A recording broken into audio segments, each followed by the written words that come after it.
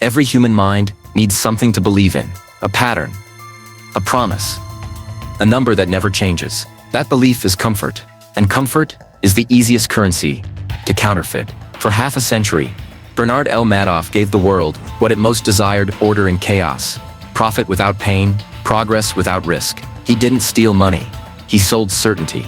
From ink and ledgers to algorithms and screens, he built an empire of arithmetic, where faith replaced truth. And we, investors, regulators, dreamers, were all willing architects of his illusion. This isn't the story of one man's fraud. It's the story of how humanity mistakes stability for safety, and how in the right hands, belief becomes the perfect weapon.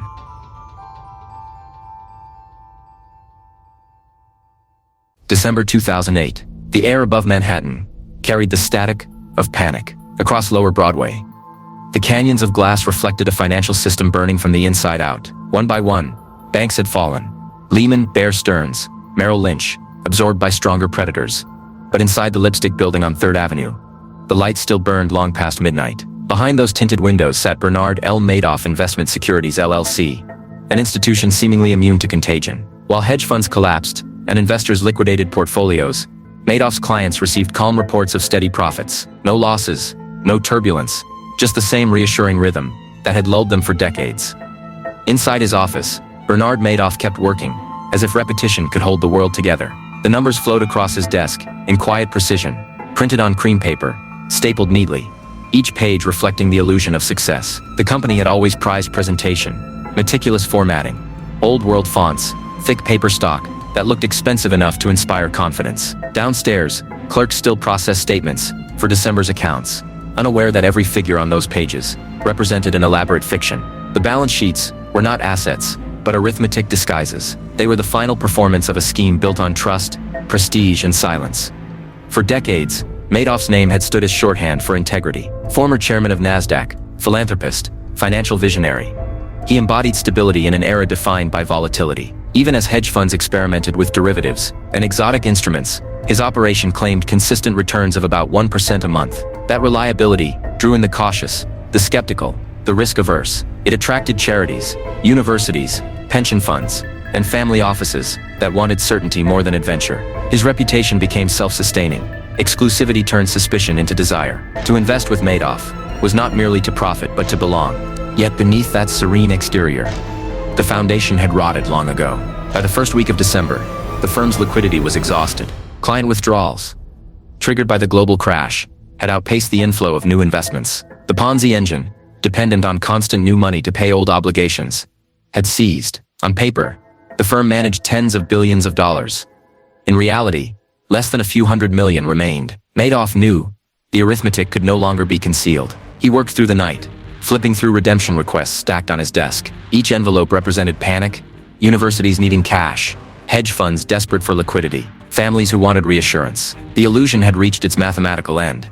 Across the city, the FBI and SEC were already under strain. Financial crimes multiplied daily, as failing firms scrambled to hide losses. Within the Bureau's New York office, analysts monitored whispers about a mysterious investment advisor whose performance defied logic. Some agents had seen the name before, during smaller investigations, but evidence had never materialized. Now, as Wall Street unraveled, tips resurfaced. Rumors of fabricated trades, suspicious feeder funds, and unregistered advisory operations converged. It would not be long before their paths intersected. Inside Madoff's office, the mood was split between loyalty and unease. Employees followed routine, as if normalcy could delay collapse. The Christmas party was scheduled. Bonuses had been promised. Frank DePasquale, the firm's operations chief, handled endless calls from nervous clients, demanding withdrawals. Secretaries prepared champagne orders, pretending the year's chaos hadn't touched them. The staff on the legitimate side of the business, market makers and traders, continued matching orders, unaware that the advisory division's supposed profits were fabricated. The deception was compartmentalized, by design.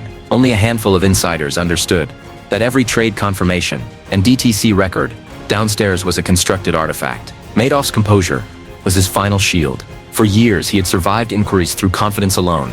Calm answers, authoritative posture, impeccable credentials. Regulators had audited him multiple times, each effort neutralized by mountains of falsified paperwork. In every encounter, his poise disarmed suspicion. Now that same demeanor kept his staff from questioning the impossible. He remained methodical, ensuring the office appeared steady while his internal calculations spiraled toward inevitability.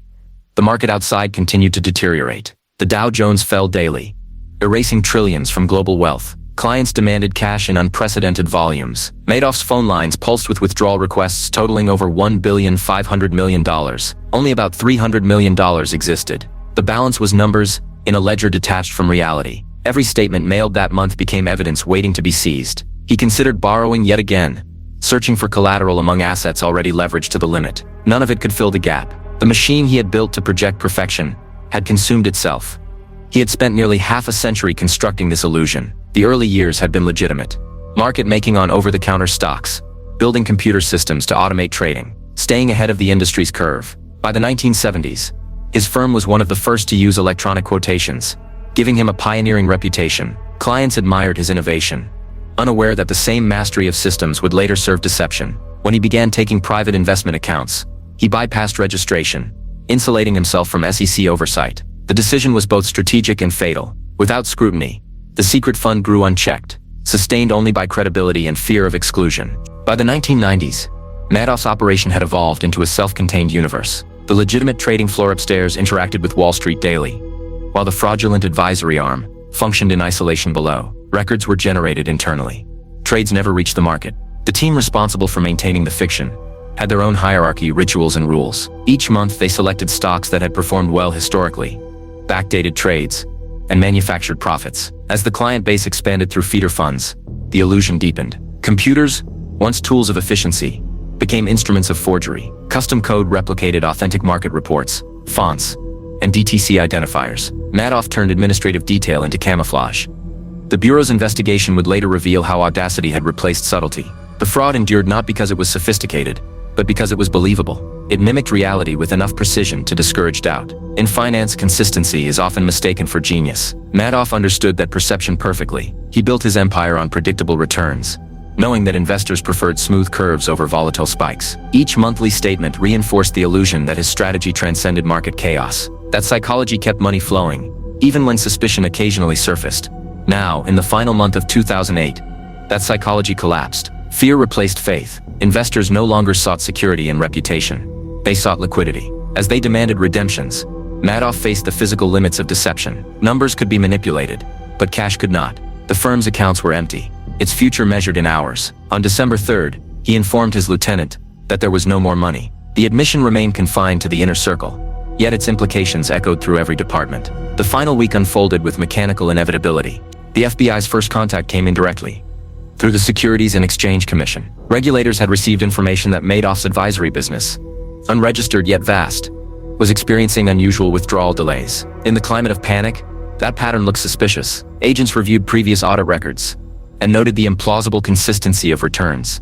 Never a losing month in nearly 2 decades. Statistical models flagged impossibility. A quiet inquiry began, tracing feeder funds that funneled billions into his operation. What they found was opacity.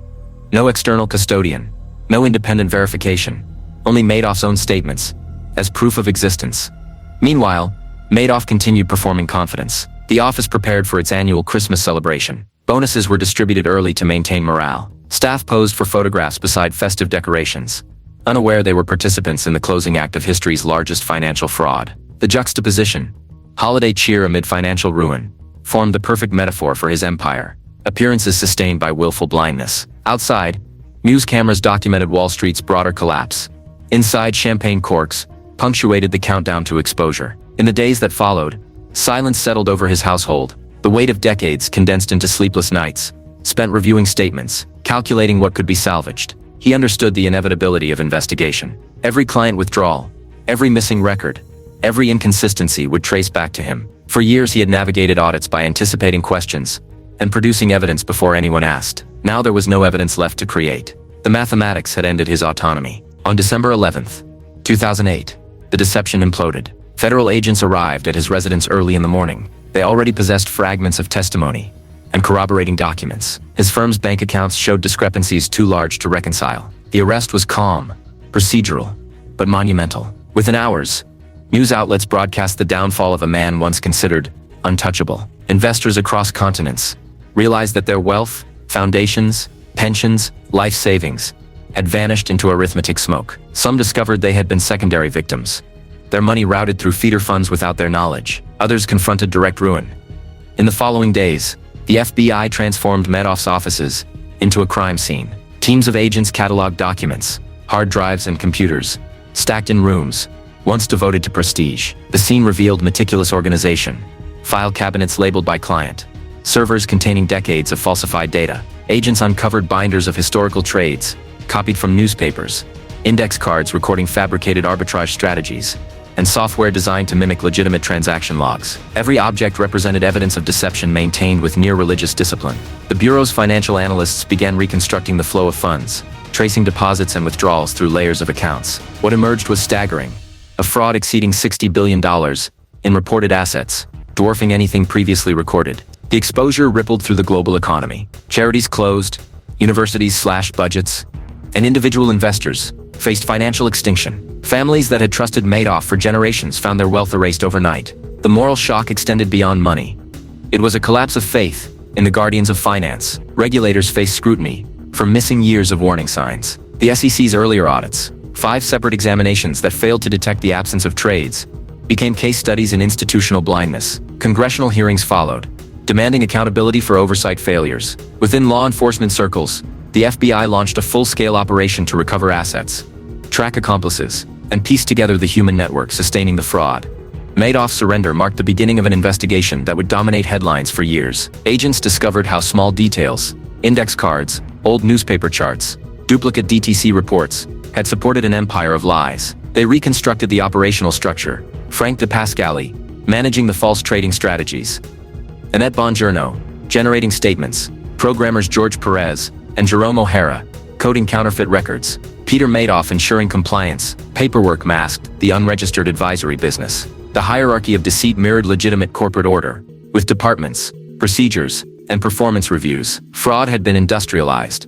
Beyond the immediate arrests and asset seizures, the case exposed the psychology of collective trust. Madoff's success depended less on technical brilliance than on human patterns, deference to authority, fear of exclusion, and comfort in consistency. Feeder funds continued investing despite inconsistencies, because admitting doubt meant questioning years of profit. Regulators hesitated to challenge a Wall Street icon, whose influence extended to trade associations and philanthropic boards. In that ecosystem, reputation insulated wrongdoing until numbers refused to cooperate.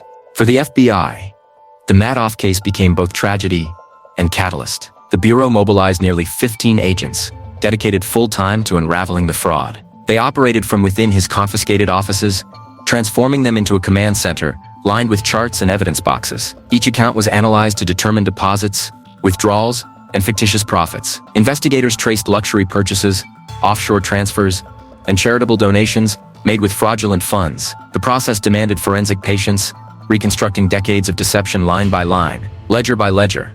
The Bureau's work extended beyond prosecution. With billions lost, recovery became as critical as conviction. The Department of Justice established a victim compensation fund, financed by seized assets and settlements, with feeder funds. Over subsequent years, billions were returned, though never enough to restore full losses. For victims, restitution was partial justice. For investigators, it was proof that persistence could reclaim fragments of integrity from devastation. As winter deepened, the American public confronted the human cost. News footage showed retirees who had trusted Madoff with life savings, charitable institutions closing programs, and foundations unable to honor commitments. The crime's cruelty lay in its selectivity. It preyed on trust itself. Many victims had believed their caution protected them from risk. Madoff's steady returns had seemed like prudence rewarded. The revelation turned prudence into folly, loyalty into ruin. In the weeks following the arrest, Madoff was confined to his apartment, under house arrest. An image that came to symbolize fallen power. The man who had once orchestrated billions now faced surveillance in silence. Outside his residence, reporters camped on sidewalks, recording every movement.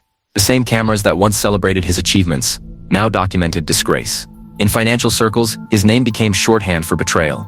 The prologue of the case closed with his formal confession in 2009. He admitted to orchestrating a decades-long Ponzi scheme, the largest in history. Sentenced to 150 years in federal prison, he entered the correctional system as a relic of corporate hubris. For the FBI, the confession was a milestone, but not a conclusion. Behind him remained a network of employees, family members, and investors, entangled in degrees of complicity and denial. The investigation widened, capturing associates who had either assisted or ignored the fraud's mechanisms.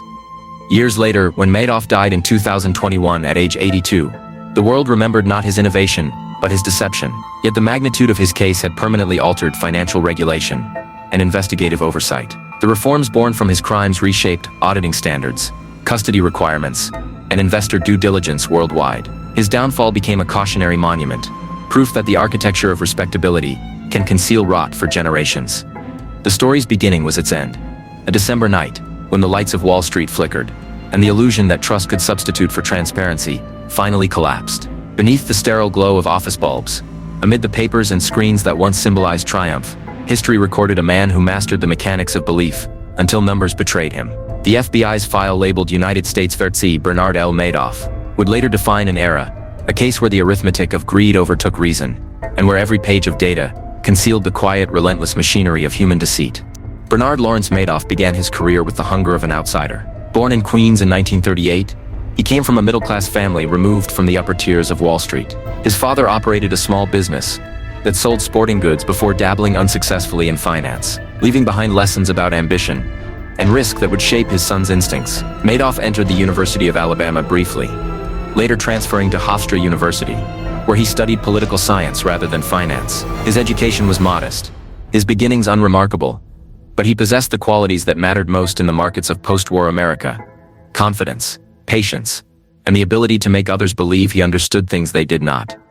By 1960, armed with $5,000 saved from lifeguarding and part-time work, Madoff registered a small brokerage firm, Bernard L. Madoff Investment Securities. The office at first was little more than a desk in a one-room space in downtown Manhattan. His operation functioned as a market maker, buying and selling over-the-counter stocks for clients, and collecting small commissions on the difference between bid and ask prices. It was not glamorous work, but it gave Madoff a foothold in an industry still transitioning from paper ledgers to electronic systems. He was young, ambitious, and determined to be noticed in a financial culture dominated by older men from Ivy League backgrounds. The early 1960s were fertile ground for innovation. The New York Stock Exchange maintained rigid trading structures, and the over-the-counter market, less regulated and more fragmented, provided opportunities for fast, adaptive brokers. Madoff recognized inefficiencies in the manual system and began to experiment with technology. While other firms relied on phone calls and ticker tapes, he invested early in computerization. His firm was handling increasing volumes of trades, gaining a reputation for reliability and precision. As his reputation expanded, so did his connections. In 1959, Madoff had married Ruth Alpern, whose father, Saul Alpern, was a respected accountant in Queens. Alpern introduced his son-in-law to several clients, many of whom became early investors and advocates. These relationships provided the capital that allowed Madoff's firm to survive during volatile periods. For every successful trade, there was an impression of stability, a reputation carefully constructed, even in small details, like punctual statements, handwritten notes, and personal attention. Investors began associating the Madoff name with competence, not innovation alone. The firm's growth during the 1970s reflected both timing and temperament. The decade was defined by economic turbulence, stagflation, oil crises, and the collapse of confidence in traditional institutions. Many financial firms struggled, but Madoff's business expanded. His calm presentation and methodical approach appealed to those who feared instability. He built relationships with prominent financial families, institutions, and hedge funds that would later evolve into the network of feeder funds sustaining his empire. But at this stage, everything remained legitimate. Bernard L. Madoff Investment Securities was a functioning trading firm that produced measurable results. The fraud that would one day define him had not yet begun.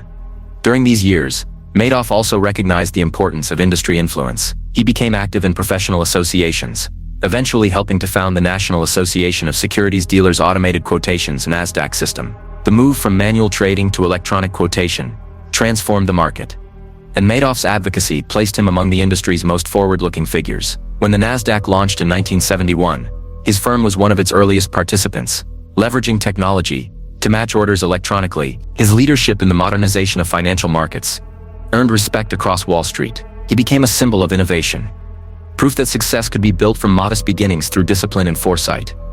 As the decade closed, Madoff's trading volume placed his firm among the top market makers in the country. He maintained multiple streams of business, legitimate trading operations, market-making services, and increasingly, advisory accounts for private clients who sought his personal investment guidance. These accounts began as side arrangements, recommended quietly through friends and family. Clients would provide funds for him to manage privately, expecting returns based on his market expertise. The accounts were separate from the firm's official market-making work and operated with minimal oversight. At first, they appeared successful because Madoff's legitimate trading produced reasonable profits. But as volatility increased, he faced a turning point that would shape the rest of his life.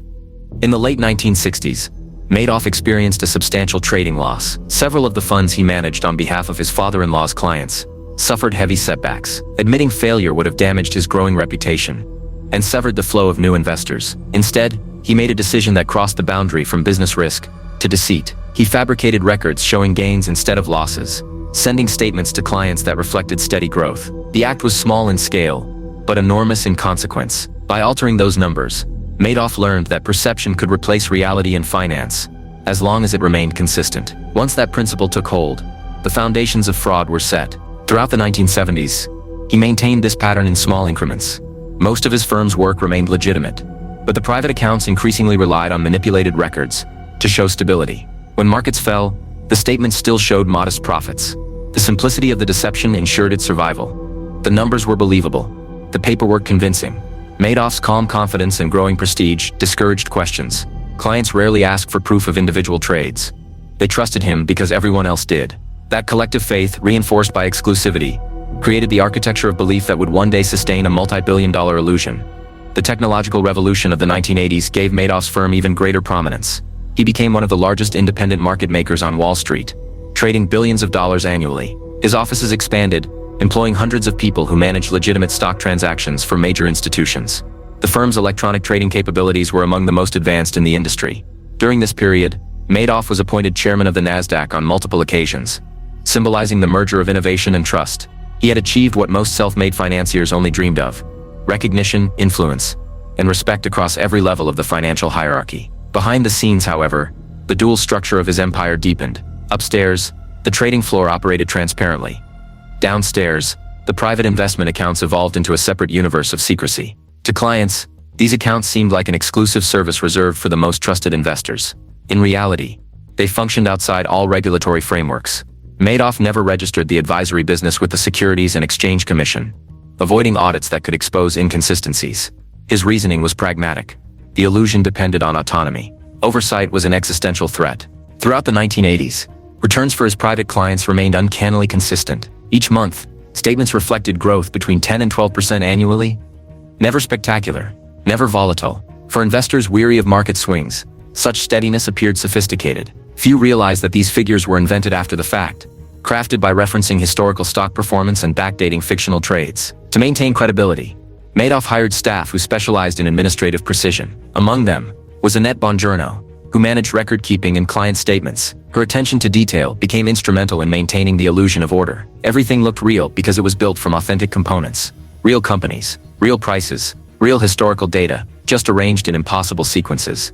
During this time, Madoff's network expanded through intermediaries, wealth managers, accountants and investment firms known as feeder funds directed client money into his operation, often taking commissions for access. These feeders amplified his reach beyond direct relationships, creating layers between Madoff and the ultimate investors. The structure insulated him from scrutiny. Most clients had no idea where their money actually went. As long as returns continued, questions remained minimal. His reputation was now global, with investors from Europe, South America, and Asia seeking entry into his exclusive circle. The more selective he appeared, the more desirable his services became.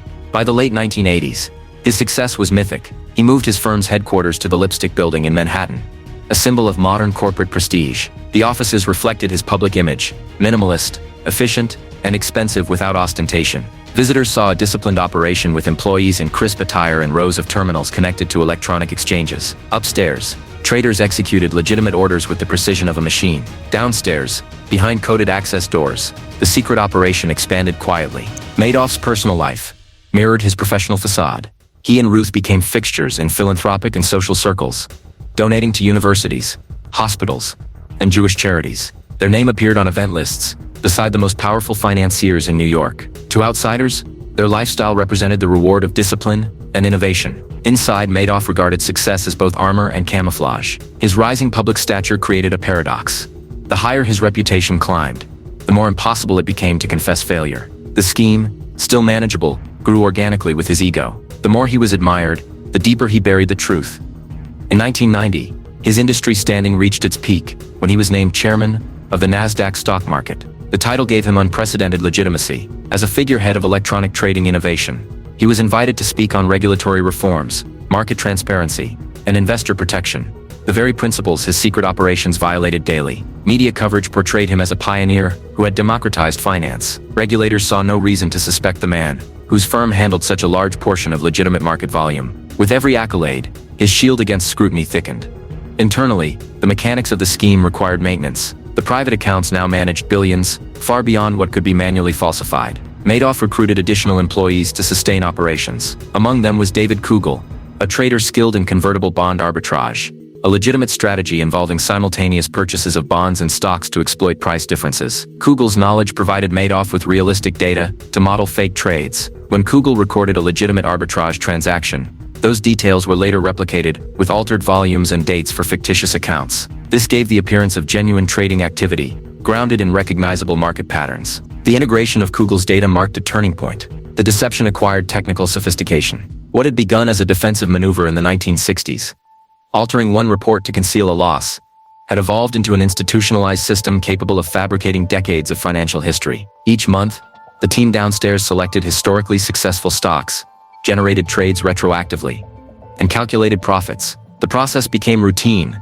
almost mechanical. Over time, the lines between authentic business and fraud blurred even within the firm. Employees upstairs executed real trades. Those downstairs manufactured fictional ones, both believing they served the same vision of success.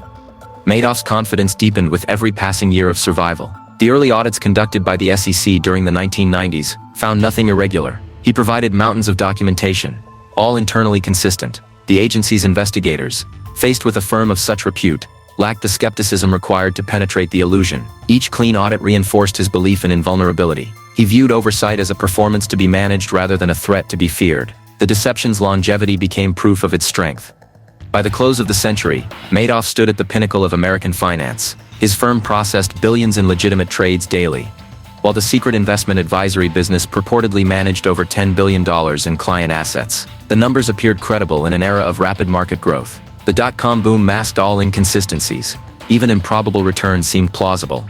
Amid widespread financial euphoria, inside his office, Madoff remained composed, the image of control. To those around him, he embodied the modern financier, disciplined, visionary, incorruptible. What no one understood was that the man who appeared most stable had already lost control long ago. The machinery of deception had acquired a momentum of its own. Investors expected steady profits regardless of market conditions.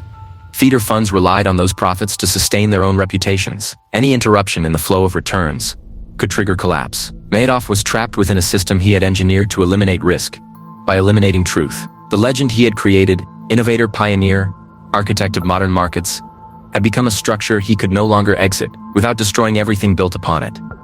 As the 1990s turned to the 2000s, Bernard Madoff stood before the world as a symbol of credibility. Yet beneath the surface of respectability, the architecture of fraud had reached its full design. What began with a single falsified statement, decades earlier, had evolved into a parallel reality, sustained by trust, paperwork, and fear of disbelief. The making of a legend was complete, and the countdown to its unraveling had already begun. By the early 1970s, Bernard L. Madoff Investment Securities had matured from a small brokerage into a respected player within New York's fast-changing financial world. The office on Wall Street buzzed with the rhythm of progress. New terminals humming with data, clerks managing streams of orders, teletypes printing out the market's pulse. Madoff's reputation as a forward-thinking broker grew stronger each year. He had earned admiration from clients, who saw him as both innovator and traditionalist, someone who blended modern technology with old-fashioned integrity. Yet behind the calm exterior, a fracture had already begun to spread through his operation, invisible to everyone but him. The first real breach had come a decade earlier, when a trade went wrong, and he fabricated a gain to conceal a loss. It was small, almost inconsequential, and rationalized as a temporary fix, but that false entry had opened a door that would never close. Over time, covering losses became a reflex, not an exception. The lie matured alongside his business, woven discreetly into the ledgers and statements that left his office each month. For a man who thrived on control, admitting error was intolerable. Perfection was the currency that sustained his status. Each falsified report preserved that perfection, and with every one the threshold of deceit lowered. The new decade brought opportunity, Electronic trading was reshaping the financial landscape, and Madoff positioned himself at the center of it. His firm became one of the first to quote bid and ask prices through computers, instead of phone calls. This shift transformed market making from a manual craft into a precision industry. While competitors adapted slowly, Madoff's systems executed trades faster, earning him a reputation for efficiency and reliability. These innovations drew more clients, more capital, and more admiration. Every success reaffirmed the myth of his infallibility. The legitimate side of his business flourished, but it also fed the dangerous belief that his judgment could not fail. With increased attention came higher expectations. Private investors began seeking his personal guidance. Encouraged by his father-in-law and a growing circle of wealthy acquaintances, they trusted him not only with execution, but with discretion, allowing him to manage portfolios independently. These advisory accounts operated outside official oversight, unregistered and undocumented beyond Madoff's records. The early ones performed reasonably through actual trades, but volatile markets exposed the limitations of even his skill. When losses appeared, he repeated the tactic that had once saved his reputation. He altered the numbers. Clients received statements showing steady profits, while real trades told another story. What began as concealment became procedure.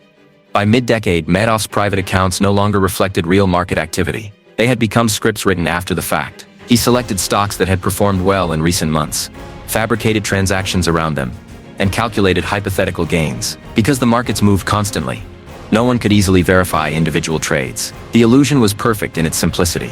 Clients received consistent returns. Madoff received their trust. That trust fueled expansion, and the expansion demanded even more fabrication. The cycle grew self-reinforcing, relentless. To sustain appearances, he needed precision. In 1968, he had hired Annette Bongiorno, a young bookkeeper with meticulous habits. Her organizational discipline complemented his need for secrecy. As legitimate business multiplied, Madoff quietly tasked her with maintaining the internal records of the advisory accounts. She tracked client deposits, withdrawals, and the fictitious trades that supposedly produced profits. Each month, stacks of statements left the office reflecting stability amid the market's chaos. They looked authentic because they were modeled on real data, pulled from newspapers, and verified price histories. Every profit existed only in ink, but the paperwork carried the weight of truth. The 1970s were turbulent years for the financial sector. Recession, oil shocks, and inflation-battered markets. Many brokers failed, others merged or disappeared. Madoff's firm, however, seemed untouched. Its consistent performance during uncertain times became its greatest marketing tool. The deception deepened, not because Madoff sought greater risk, but because stability itself had become his product. Investors didn't chase explosive returns, they wanted safety. His steady 10 to 12% annual gains provided that illusion perfectly. Over time, the psychological transformation was complete. What began as a secret to protect his reputation became an identity. Madoff no longer saw falsification as crime, but as correction, an adjustment that maintained harmony between client expectations and market reality. The real market was unpredictable. His version was orderly. He had replaced uncertainty with precision and chaos with calm. To him, the lie preserved faith in the system he had helped build. That rationalization hardened into conviction. As the decade ended, his family became further intertwined with the firm. His brother Peter Madoff joined as compliance officer, overseeing regulatory matters. The presence of family strengthened the perception of transparency, while deepening the internal trust that allowed deception to persist. Employees admired Madoff's discipline and discretion. Few questioned his methods. The office culture reflected his personality. Quiet, efficient, loyal. Success was measured not in innovation alone, but in composure. To work for Madoff meant operating inside an ecosystem of perfection, where error was invisible. The 1980s brought transformation on a scale unseen before. Markets grew global, technology advanced, and deregulation fueled unprecedented trading volumes. Bernard L. Madoff Investment Securities thrived in this environment. The firm's legitimate operations now executed millions of trades monthly, handling orders for some of the largest institutions on Wall Street. Madoff's innovations in automation and pricing efficiency positioned him among the industry's elite. He became a fixture in financial conferences, a figure of authority who spoke confidently about ethics, transparency, and modernization. His name carried the weight of experience and reliability, yet every accolade increased the pressure to sustain the illusion beneath. His private investment business expanded alongside his fame. Clients from Europe, South America, and Asia sought inclusion. Entry required substantial deposits, often $1 million or more, and access was by referral only. That exclusivity amplified demand. Many investors never met him directly. Their funds reached his firm through intermediaries and feeder funds that took commissions in exchange for access. Each new layer of separation insulated him from scrutiny. Investors trusted reputations, not records. The complexity of modern finance had created the perfect environment for deception. Too many intermediaries, too much faith in authority, and too little verification. Inside the firm, the infrastructure of fraud evolved into a parallel institution. The legitimate trading floor occupied the upper levels, filled with advanced terminals and brokers managing real orders. The lower floor became the hidden core of the operation, a closed environment accessible to only a few. Their Buongiorno managed ledgers, generated statements, and reconciled client balances. File cabinets lined the walls, holding records of every fictitious transaction. Each statement matched the precise formatting of genuine brokerage documentation, complete with transaction IDs and settlement dates. The attention to detail was surgical.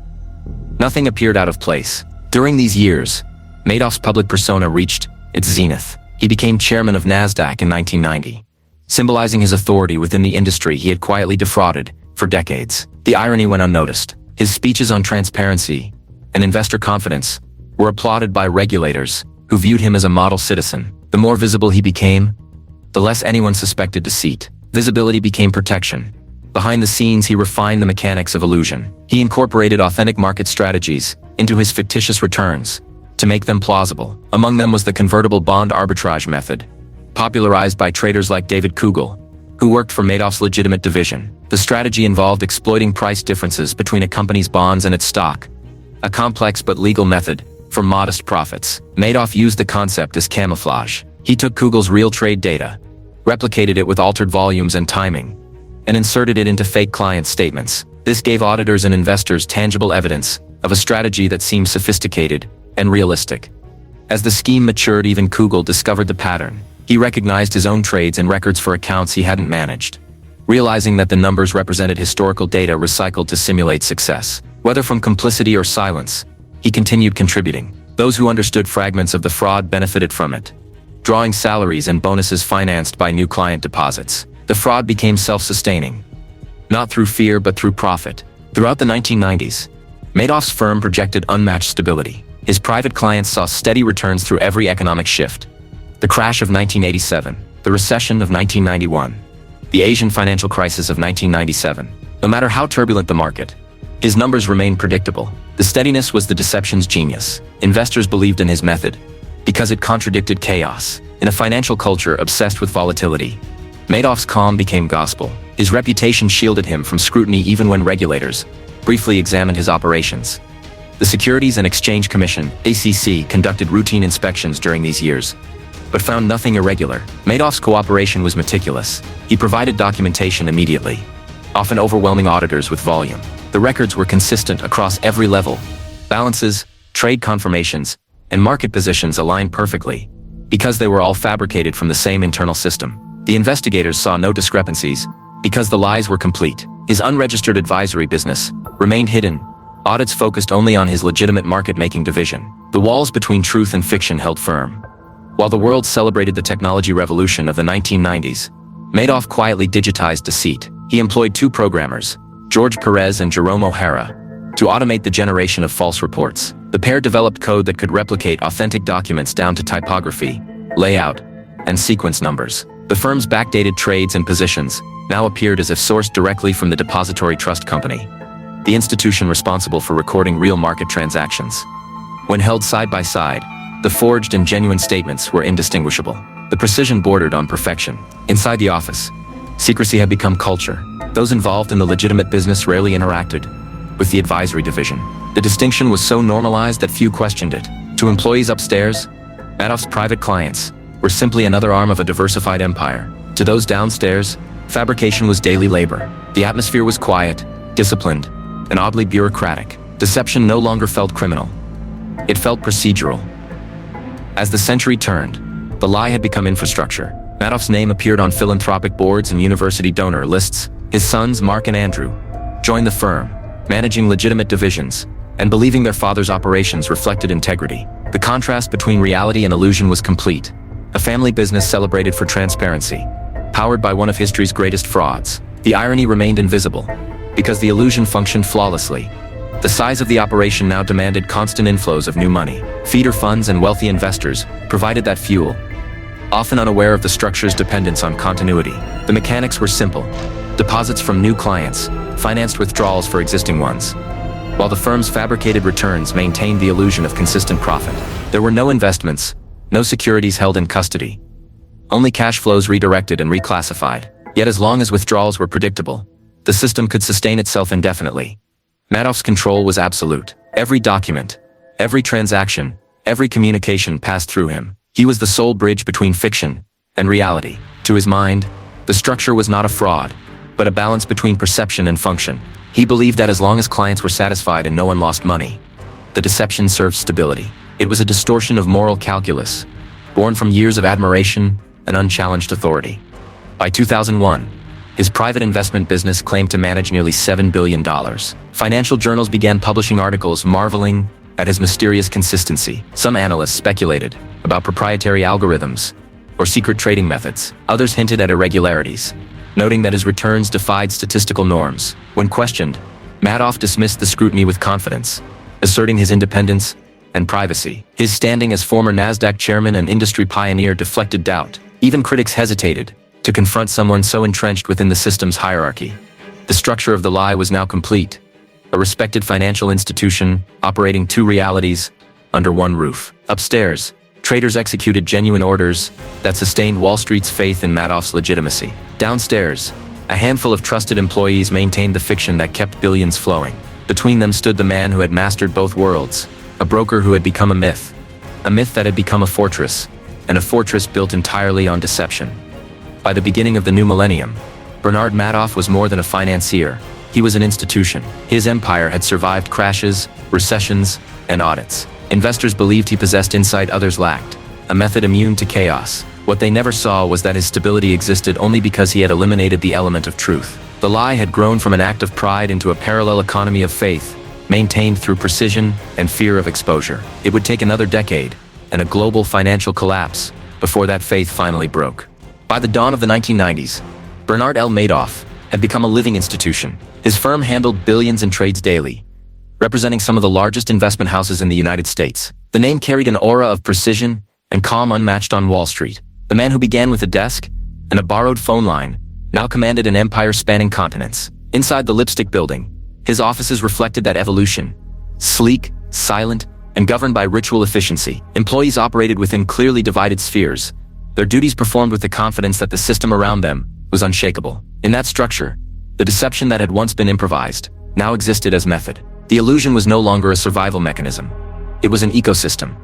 The upstairs trading floor represented legitimacy in its purest form. Dozens of terminals streamed live market data, and traders executed real orders for institutional clients. Their work appeared transparent, measurable, and compliant. Each trade reinforced the firm's public credibility. The downstairs floor, hidden beneath coded access and unmarked doors, was the control room of fabrication. There, a small circle of trusted employees, Annette Bongiorno, Frank DiPascali, George Perez and Jerome O'Hara, produced records that sustained the illusion of investment. The two divisions coexisted in parallel, each believing it served a common purpose. Upstairs generated prestige, downstairs generated profit.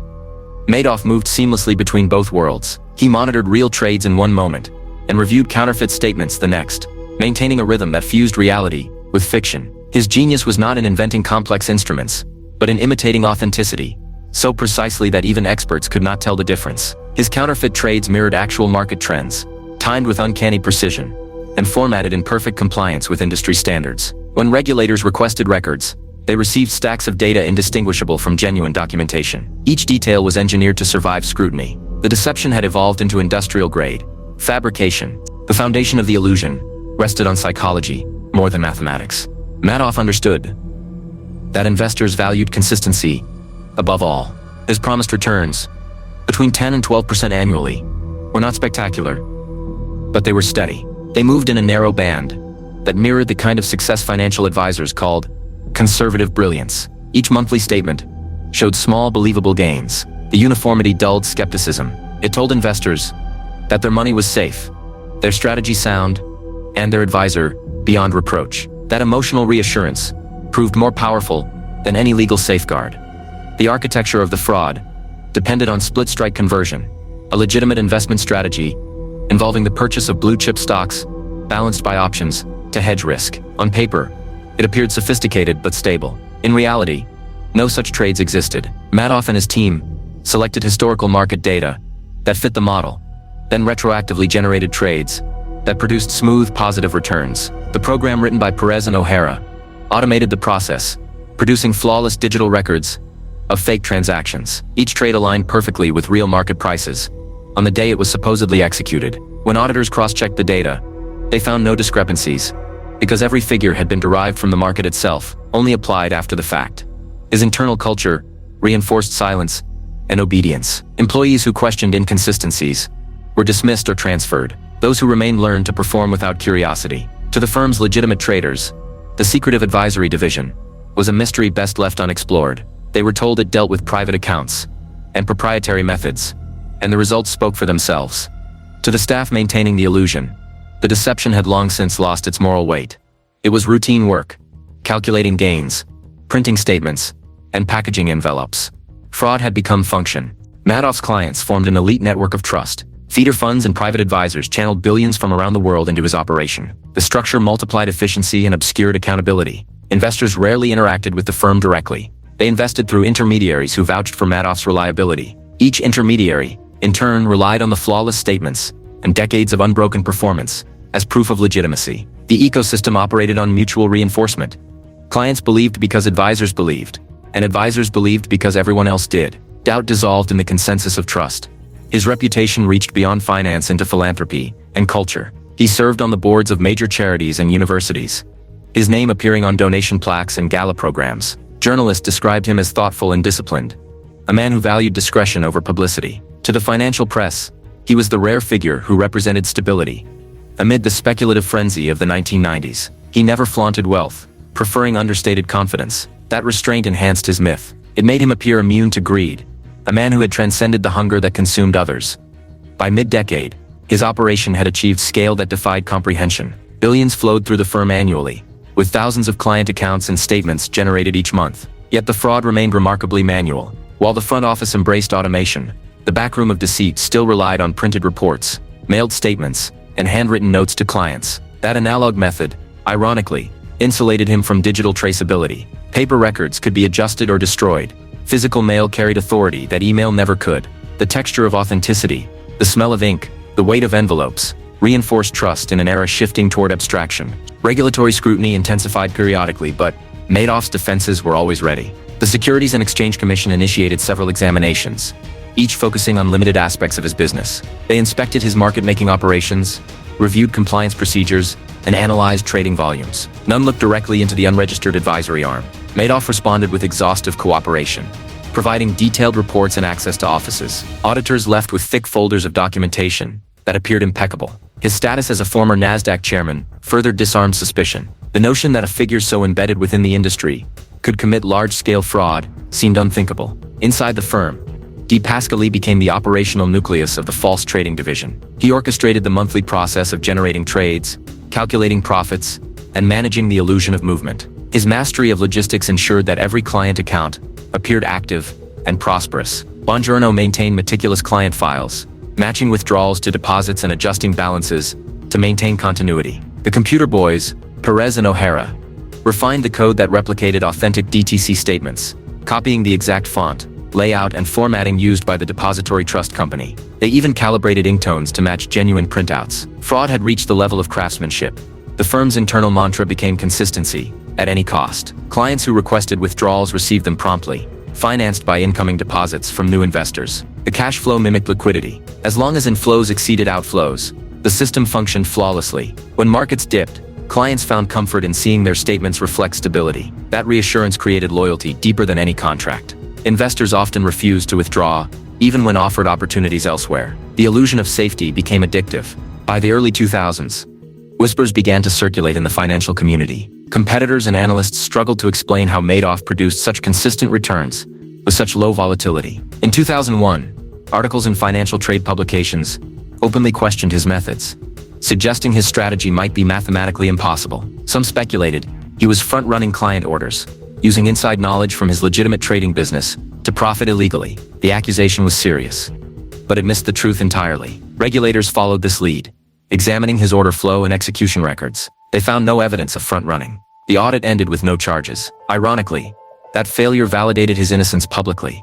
The scrutiny forced Madoff to strengthen his defenses. He instructed the back office to produce a massive archive of documentation, proving that trades existed. D. Pascali and his team generated new waves of counterfeit records, filling entire rooms with files. Perez and O'Hara developed automated systems to produce transaction confirmations in bulk, each with unique identifiers. The audit team, overwhelmed by the volume, concluded that no single individual could fabricate so much data. The impossibility of fraud became its own proof of legitimacy.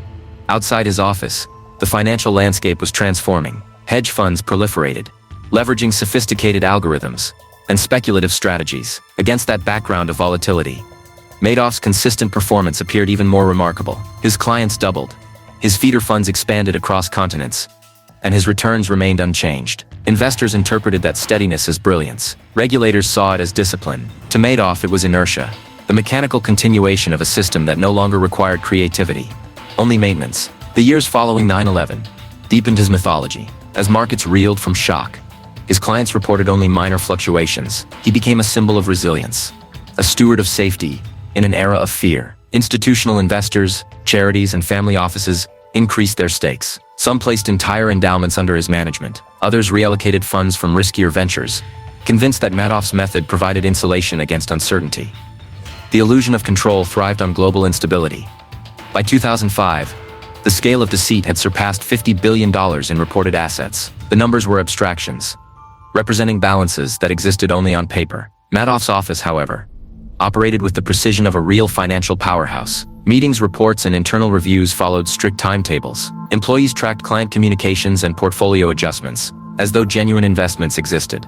The structure had become so normalized that fraud no longer required invention. It had become daily routine. Still, small fractures appeared. Analyst Harry Markopoulos, working independently, submitted reports to the SEC outlining mathematical proof that Madoff's returns were impossible. His analysis demonstrated that no strategy could achieve such consistent gains without corresponding market impact. The reports were ignored or lost in bureaucratic rotation. Regulators considered Madoff's stature, connections, and spotless history sufficient defense against suspicion. The system's deference to reputation shielded him once again. Inside his office, Madoff maintained composure. He continued traveling, attending charity functions, and mentoring industry peers. His demeanor was unchanging, measured, polite, deliberate. That steadiness, once admired, had become a mask perfected through repetition. Beneath it, the logistics of fraud consumed increasing time. Managing cash flow required constant calculation. Each month, the balance between incoming deposits and withdrawal requests had to remain positive. Feeder funds helped stabilize the flow, but even minor fluctuations demanded immediate adjustment. The deception had reached Perni fee. Inception Ferni fee TSN Dixiesen, Sidrid Tavapers, Septrin the Fifthesta Bixiesen Dixiesen Tizidin Turachies. Fund. The staff's complicity varied in depth. Some understood fragments of the fraud, others saw only the results. Yet by 2006, the divide between knowledge and ignorance had blurred. The longer the illusion survived, the more it resembled truth. Many employees had built careers on its stability. Mortgages, investments, and reputations tied to its continuation. Exposure would destroy not just Madoff, but hundreds of lives entangled in his system. Silence became survival. Madoff's personal world remained outwardly serene. He lived in a penthouse on Manhattan's Upper East Side, owned properties in Montauk and Palm Beach, and maintained a yacht moored on the French Riviera. Despite wealth beyond imagination, his lifestyle appeared disciplined. He favored muted colors, simple routines, and precise schedules. His restraint reinforced the image of a man immune to indulgence. That image, carefully cultivated, masked the reality that every luxury had been purchased with the capital of deception. By 2007, the world's financial system showed signs of strain. Subprime mortgages began to default, hedge funds collapsed, and liquidity tightened. Madoff's operation, insulated from real markets, remained unaffected. His clients saw continued profits, even as others suffered losses. That divergence attracted new investors, desperate for safety. Injecting billions more into the system, the machine expanded at the moment the global economy began to crumble. The illusion's perfection had become its greatest liability. Its consistency, once a virtue, was now an anomaly too flawless to survive prolonged stress. Every Ponzi structure depends on perpetual growth. Stagnation or withdrawal exposes its emptiness. As the financial crisis deepened through 2008, redemptions multiplied. Investors, panicked by collapsing banks, demanded their money back. For Madoff, the mathematics turned fatal. The firm held roughly $300 million in cash, against billions in withdrawal requests. For the first time in decades, The arithmetic of deceit no longer balanced. That winter, the perfect illusion reached its final act. The same paper statements that had sustained trust became instruments of exposure. The systems that once ensured consistency now revealed impossibility. Madoff continued to maintain outward calm as requests mounted, but the infrastructure beneath him had reached its physical limit. The office still processed statements, still printed returns, still mailed confidence to the world, but the numbers had stopped working. The deception that had endured through generations of market cycles now faced the only force it could not imitate: reality. Within months, the empire that had fooled regulators, investors, and peers would unravel completely. The illusion was total until the day arithmetic refused to obey fiction. By the late 1990s, Bernard Madoff's empire had achieved the smooth rhythm of industrial precision. His firm operated like a living machine, polished on the surface, silent in its deceit. Each department moved according to an invisible choreography he had designed over decades. Every transaction, every report, every conversation followed the same controlled cadence. Within that order, the deception deepened, binding those who worked closest to him into an unspoken fraternity of complicity. It was not a conspiracy built overnight, but a culture shaped through years of loyalty, secrecy, and shared gain. Inside the lipstick building, the architecture of fraud had become routine. The upper floors buzzed with the legitimate hum of electronic trading, hundreds of transactions flashing across monitors as brokers executed orders for institutional clients. The lower floor, shielded by access codes and opaque doors, served as the private command center, where illusion was manufactured. Files, printers, and terminals filled the room. Here, the cycle repeated, client deposits arrived, fictitious trades were fabricated, statements printed, and withdrawals funded by new investments. No money was ever invested, yet everything appeared functional. The heart of this inner circle consisted of individuals who had entered the firm during its early years and remained bound to Madoff by habit and privilege. Annette Bongiorno, who had joined in 1968, managed client accounts and transaction records. Her precision kept the deception seamless. Every statement she produced matched perfectly with Madoff's fabricated data. Frank de Pascali, once an errand boy, had become the operational engineer of deceit. His understanding of both systems and people allowed him to manage the technical complexity of the scheme and the psychology of its participants. David Kugel, a bond trader on the legitimate side, provided historical trading data used to create fake transactions. Peter Madoff, the brother, maintained the facade of regulatory compliance. Over time, each became indispensable, not through brilliance, but through obedience. Madoff's genius lay in the subtlety with which he managed loyalty. He did not rely on intimidation.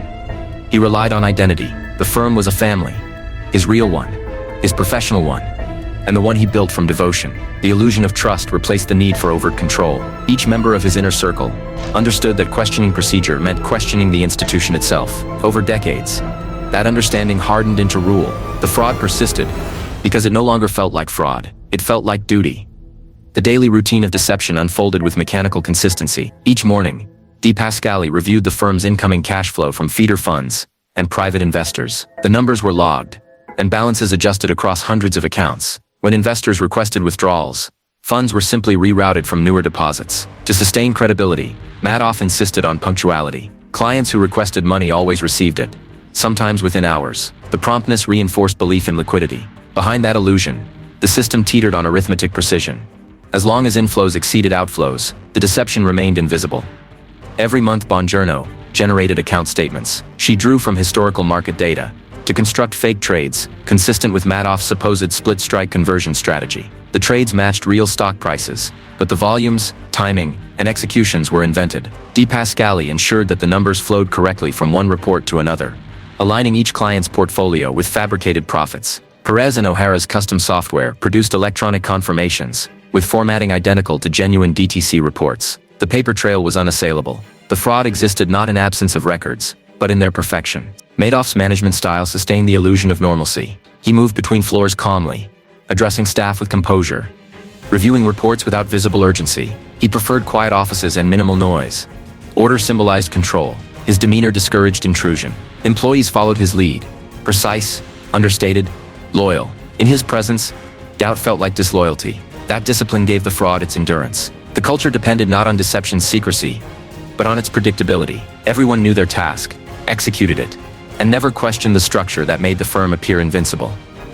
Beyond the office walls, the web of feeder funds extended his reach. Wealth managers and hedge funds around the world collected money from investors and funneled it into Madoff's accounts. These intermediaries, including well-known firms in Europe and the United States, promoted him as a trusted custodian of wealth. They conducted minimal due diligence because his reputation seemed unassailable. His consistent returns sustained their own profits and credibility. They became both his shield and his supply line. In their reports to clients, Madoff's name appeared as the quiet guarantor of success, the man who always delivered. The inner circle understood that this structure could not tolerate interruption. When feeder funds demanded documentation, Di Pasquale and Bongiorno produced it. When auditors called, the same data reappeared, flawless, reconciled, and complete. To outside eyes, the firm's order books aligned perfectly with statements. The illusion's strength came from its comprehensiveness. Nothing appeared missing. Fraud, when detected, often reveals gaps or inconsistencies. Madoff's operation presented the opposite, harmony so complete that investigators mistook it for authenticity. Psychologically, Madoff had become a master of compartmentalization. His mind divided the world into two categories: the perception of integrity and the mechanics of deceit. He viewed both as essential to survival. The legitimate trading operation justified the facade. The fraudulent investment advisory business sustained the reality of wealth around him. In his logic, both were necessary parts of one system. He convinced himself that he preserved stability, not destroyed it. That rationalization allowed him to live without visible conflict. To others, he appeared calm. Internally, he had replaced conscience with control. The financial boom of the early 2000s magnified his reach. Global wealth surged, hedge funds proliferated, and investors sought predictable havens in volatile markets. Madoff's returns remained untouched by turbulence. Each percentage point of profit reinforced the myth of mastery. His client list grew to include charitable foundations, pension funds, and international institutions. Money poured in faster than it could be processed. The system thrived on its own gravity. Every new dollar validated every old one. Inside the office, however, the logistical strain increased. The number of accounts reached into the thousands. Di Pasquale expanded his team of assistants to manage paperwork, but secrecy restricted access. Only a handful of people could see the full picture. The volume of fake trades, confirmations, and statements required longer hours, tighter coordination, and constant vigilance. Each quarter, the operation resembled a factory running at maximum capacity. Its output measured not in goods, but in trust. Madoff's control remained absolute. No document left the building without his review. He knew which clients might attract regulatory attention, which auditors to avoid, and which feeder funds required reassurance. His precision bordered on obsession. He tracked deposit flows daily, monitoring balances like a surgeon, observing vital signs. Any discrepancy triggered immediate correction. To his employees, the attention to detail signaled mastery. To Madoff, it was survival. Peter Madoff remained the firm's nominal compliance officer, ensuring that regulatory filings appeared perfect. His role was paradoxical: a guardian of compliance in an enterprise sustained by non-compliance. Whether he understood the full scope of the deception or merely chose not to see it, his presence reinforced legitimacy. Every signature he added to regulatory forms fortified the illusion that Bernard L. Madoff Investment Securities was among the safest firms on Wall Street. As 2006 and 2007 unfolded, Madoff's personal confidence reached its peak. He believed he had mastered not only markets, but the very psychology of belief. His success was measured in faith, not profit. People trusted him because he had engineered an environment where doubt was irrational. Every layer of verification, statements, audits, testimonials, confirmed the others. In his mind, the system could continue indefinitely, as long as panic never arrived. Yet even he sensed the fragility beneath perfection.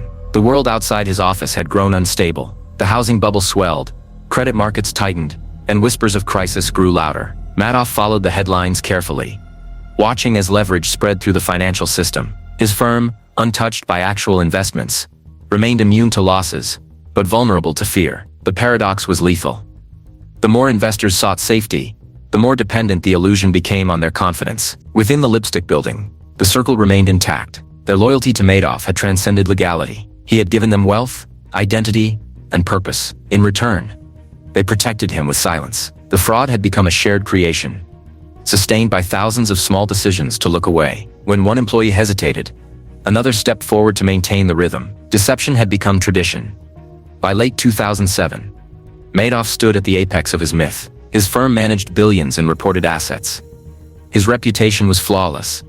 His network spanned the globe. In public, he represented the pinnacle of financial integrity. In private, he managed a fraud so vast, it required precision matching, that of the world's largest banks. The contradiction defined him. He no longer saw himself as a criminal, but as a custodian of belief. In his eyes, the world needed the illusion as much as he did.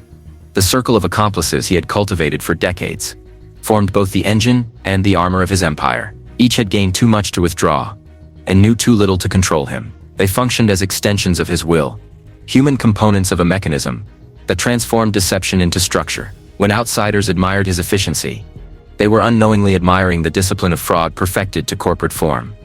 As 2008 approached, the equilibrium began to falter. The global financial system trembled under the weight of collapsing mortgages, failing banks, and vanishing credit. Investors everywhere scrambled for liquidity. For decades, Madoff had been insulated from market losses because his trades were imaginary. Now he faced a danger far greater than loss: redemption. When clients demanded their money en masse, no fiction could satisfy reality. His arithmetic of faith had reached its final limit.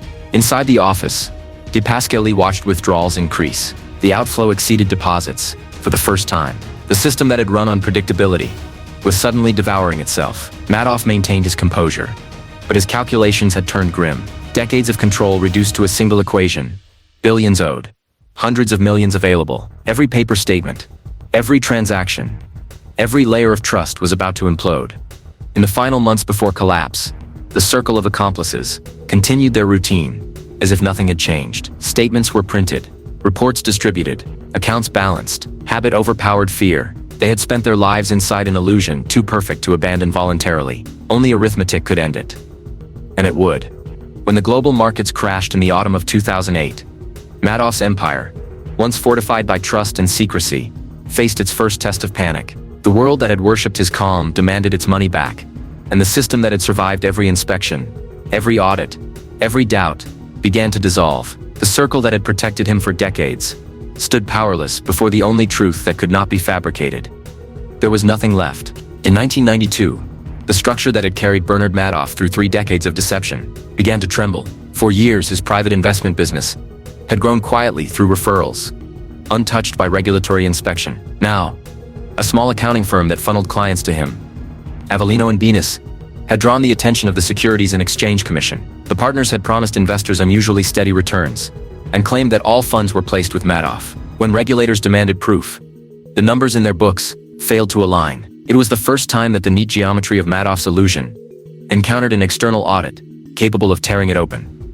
The crisis arrived suddenly. Investigators asked Avellino and Benes to verify their holdings, forcing them to provide copies of client statements. Those statements came directly from Madoff's firm. When compared with Avellino's internal records, balances diverged by more than $100 million. The mismatch exposed 2 incompatible versions of reality, one fabricated by Avellino and Benes, and another fabricated by Madoff. Their deceptions were out of sync. The smallest inconsistency between parallel lies can collapse both, and Madoff understood this immediately. Inside the lipstick building, he initiated what his staff later described as a fire drill. Bongiorno and De Pasquale worked through nights rewriting years of falsified statements to match the accountant's figures. Files were recreated, trades redated, profits recalculated. The goal was not accuracy, but alignment.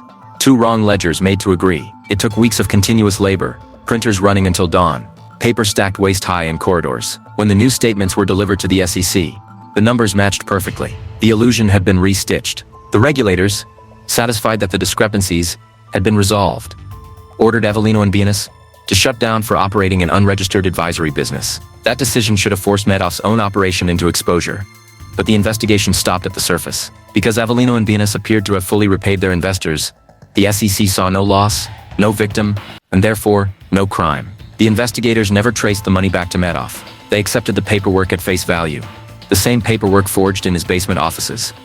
The shutdown created a temporary liquidity crisis. Avellino and Benes had to issue checks, totaling roughly $440 million to their clients. Madoff did not possess the cash to cover those withdrawals. For the first time, he faced a direct confrontation with arithmetic. Without immediate funding, the illusion would collapse. He secured a short-term loan by pledging stock borrowed from a wealthy client as collateral, concealing the real purpose of the transaction. The loan filled the gap long enough for most of Avellino's clients, nearly all of whom believed in Madoff's reliability, to redeposit their funds directly with him. The money left his account in one transaction and returned in another, the circle unbroken. The incident should have destroyed his credibility. Instead, it elevated him. Financial media portrayed him as the responsible professional who rescued investors from a smaller firm's mistakes. The Wall Street Journal published an article describing his intervention, complete with the distinctive dot matrix portrait that appeared only beside notable figures. Madoff clipped the page and framed it in his office. The public saw a savior. The fraud saw validation. The near disaster had become advertisement. After 1992, Madoff moved to fortify his image and rebuild control. He quietly expanded his client list, adding direct investors from the now-defunct Avellino and Banis accounts. The additional capital stabilized his cash flow. To manage the growing complexity, he delegated more of the daily record fabrication to De Pascali, whose grasp of systems had grown formidable. The operation adopted new software that allowed easier adjustment of historical trades. What had been a manual process of rewriting became semi-automated. Madoff had transformed crisis into innovation. Yet the Avellino episode had left a permanent mark on his psychology. For the first time, he had glimpsed the edge of exposure and survived. The experience deepened both his paranoia and his confidence. He concluded that regulators could be overwhelmed with data and pacified with cooperation. The formula was simple: appear transparent, produce excessive paperwork, and act indispensable. He began shaping his public persona accordingly. He accepted invitations to industry panels, advised regulators on market structure, and spoke about the need for integrity in financial systems. Each gesture reinforced the wall between perception and truth. Within the firm, the event-hardened hierarchy. Madoff tightened access to the fraudulent division, reducing the number of employees aware of its true nature. Only those essential to production, Buongiorno De Pascali, Perez O'Hara, and a handful of clerks, were permitted inside. The doors required keycards distinct from those used upstairs. Visitors from the legitimate trading floor rarely entered. The separation between reality and fabrication became architectural. Through the rest of the 1990s, his public stature soared as electronic trading transformed Wall Street. Madoff's early advocacy positioned him as both pioneer and elder statesman. His firm executed trades for major institutions, while his advisory business, still unregistered, expanded silently beneath. By 1998, he was managing several $billion in supposed client assets. Investors viewed him as the embodiment of prudence, steady when others were speculative, calm when markets convulsed. Each crisis that rocked the economy only amplified his mystique. During the 1998 long-term capital management collapse, when hedge funds hemorrhaged billions, Madoff's clients saw no decline. Their monthly statements continued to reflect modest profits. The steadiness defied logic, but fit his legend. Investors interpreted it as evidence of mastery. Madoff interpreted it as confirmation that belief itself was his product. Internally, De Pascali refined the production pipeline of deceit. Every quarter, he compiled lists of stocks from the previous months with the most favorable performance. Buongiorno entered fabricated purchase and sale data into the system, assigning volumes proportional to each client's balance. Perez and O'Hara used their software to generate trade confirmations that matched depository trust company formatting precisely. The process ran like a manufacturing line, each worker responsible for a stage of illusion. By the time statements were printed and mailed, the trades existed as fully realized fictions integrated into the firm's records. Despite flawless performance, the Avellino and Banis scare left Madoff wary of potential leaks. He developed an informal code among his inner circle. No written explanations of the investment strategy. No outside auditors beyond the small accounting firm of Freeling and Horowitz. And minimal contact with clients. He selected this auditor precisely because of its insignificance. The firm consisted of a single partner, who performed no real audits but signed off on every report presented. Regulators accepted the signatures without question. The psychological distance between Madoff and his world widened. He had become both revered and untouchable. He understood that no amount of oversight could penetrate the credibility he had built. His speeches about market ethics drew applause from the same institutions his lies corrupted. In private moments, he measured success not by wealth but by control. Control over perception, narrative, and belief. To him that control equated to order, and order justified everything. His family occupied prominent roles within the firm. Peter handled compliance. His sons Mark and Andrew managed legitimate trading divisions. They were unaware of the deception beneath their offices. Their presence strengthened the illusion of generational stability. To outsiders, the firm represented the American ideal of continuity, a family business built on integrity and innovation. Every photograph of the Madoffs, at charity events or industry galas, became an advertisement for honesty. By the early 2000s, Madoff had transformed the memory of near exposure into legend. The Avellino and Banis incident was recast in industry circles as proof of his reliability. He was the man who had protected investors when others faltered. That narrative spread across Wall Street. Journalists referenced it as evidence of prudence. Clients repeated it as justification for trust. The story that could have destroyed him instead fortified his myth. Meanwhile, his firm's internal procedures adapted to scale. The number of accounts multiplied, and new feeder funds in Europe and Latin America poured in capital. The operation required greater efficiency. De Pascali expanded his staff, creating shift schedules to handle the constant flow of paperwork. The team operated with industrial discipline, calculating, printing, binding, and mailing statements at the end of every month. The fraud had reached a point where exposure required not suspicion but systemic failure. Yet beneath the success, the memory of 1992 lingered. Madoff maintained a small office, separate from the trading floor, isolated behind glass walls. There he reviewed daily bank balances and cash flow reports. He calculated ratios of inflow to outflow, measuring the sustainability of the deception like a physicist observing an unstable system. The arithmetic of confidence consumed him. Every deposit extended life. Every withdrawal shortened it. His ability to balance those variables became his measure of control over fate. The Avellino and Venus episode had revealed one truth he never forgot. Survival depended on perception. The regulator who believed, the investor who stayed silent, the employee who followed orders, each formed part of the mechanism that sustained him. Trust, once broken, could never be rebuilt, but as long as it remained intact, reality itself could be rewritten. For the next decade, that lesson guided every decision. He cultivated relationships across Wall Street, mentoring younger brokers, advising exchanges, and donating to institutions. He reinforced the image of a man whose success served others. His network extended beyond finance into philanthropy and politics. Senators, executives, and foundations regarded him as a model of virtue. Every handshake, every photograph, every speech strengthened the shield around him. Inside his private office, the same calm prevailed. The printers hummed, the clerks filed. The statements left the building in orderly stacks. The system that had once nearly collapsed now operated with mechanical perfection. Yet the echo of 1992 haunted every calculation. He had survived exposure once by manipulating belief. He was certain he could do it again if necessary. That certainty would define his final years. The facade rebuilt after Avellino and Venus was stronger than before, but also more brittle. Its strength came from reputation, not substance. Its brittleness lay in the fact that it required uninterrupted confidence to exist. Madoff had turned crisis into armor, but the armor was glass. One collective act of disbelief would shatter it completely. For now, the cracks had closed. The regulators had moved on. The media celebrated him, and investors multiplied. In the sterile light of his office, Madoff returned to his ledgers, the man who had faced ruin and turned it into reverence. The machine of deception resumed its perfect rhythm, waiting only for the next tremor that would test how much illusion the world was still willing to believe. By the turn of the century, Bernard L. Madoff stood at the summit of American finance. His firm was a pillar of the NASDAQ market structure, his name synonymous with precision and trust. Regulators consulted him, journalists quoted him, competitors admired him. He moved through Manhattan's financial district with the assurance of a man whose authority had no equal. His face appeared in industry magazines, beside headlines praising innovation and stability. In public view, he was the architect of modern electronic trading. In private, he was the architect of a lie so intricate that its precision masqueraded as virtue.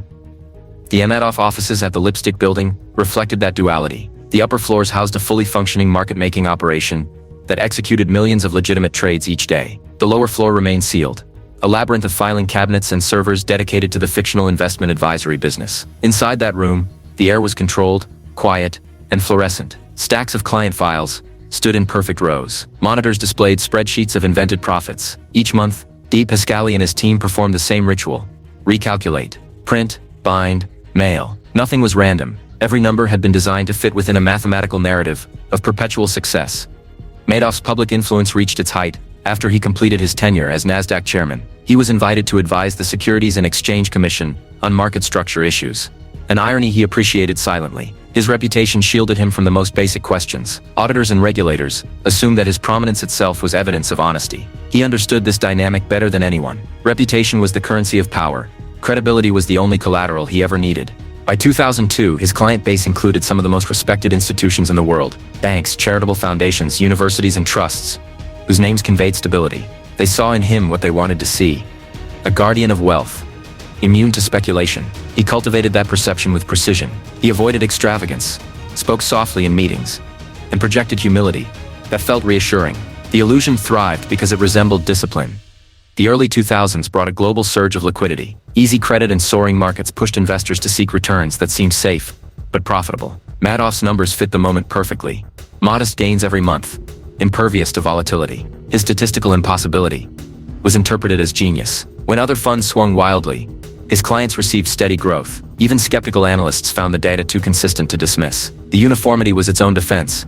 Inside the firm, Madoff's control was absolute. Nothing moved without his authorization. He reviewed daily cash positions, instructed transfers, and approved every communication sent to clients. Employees in the legitimate divisions viewed his discipline as perfectionism.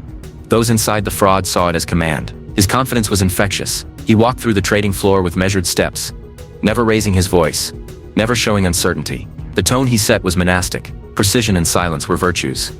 By then his split-strike conversion strategy had become legend. To outsiders it appeared as a sophisticated hedging method, combining blue-chip stock purchases with options positions that limited losses. In reality there were no trades. The strategy existed only as an explanation for results already predetermined. Madoff's inner circle generated records that simulated activity across the Dow 30 stocks and US Treasury bills. The files were so meticulous that when the SEC audited him, the data matched real market prices to the cent. The agency found nothing abnormal. In 2004, the SEC returned for another inspection, prompted by industry rumors and press articles questioning his returns. The auditors focused on his market-making division, believing he might be front-running client orders, rather than fabricating entire portfolios. To prepare, Madoff mobilized his staff to produce a warehouse of fake documents. The computer boys duplicated depository trust records, using custom software that replicated the agency's fonts and layout. Sheets of paper were held against office windows to compare ink density with originals.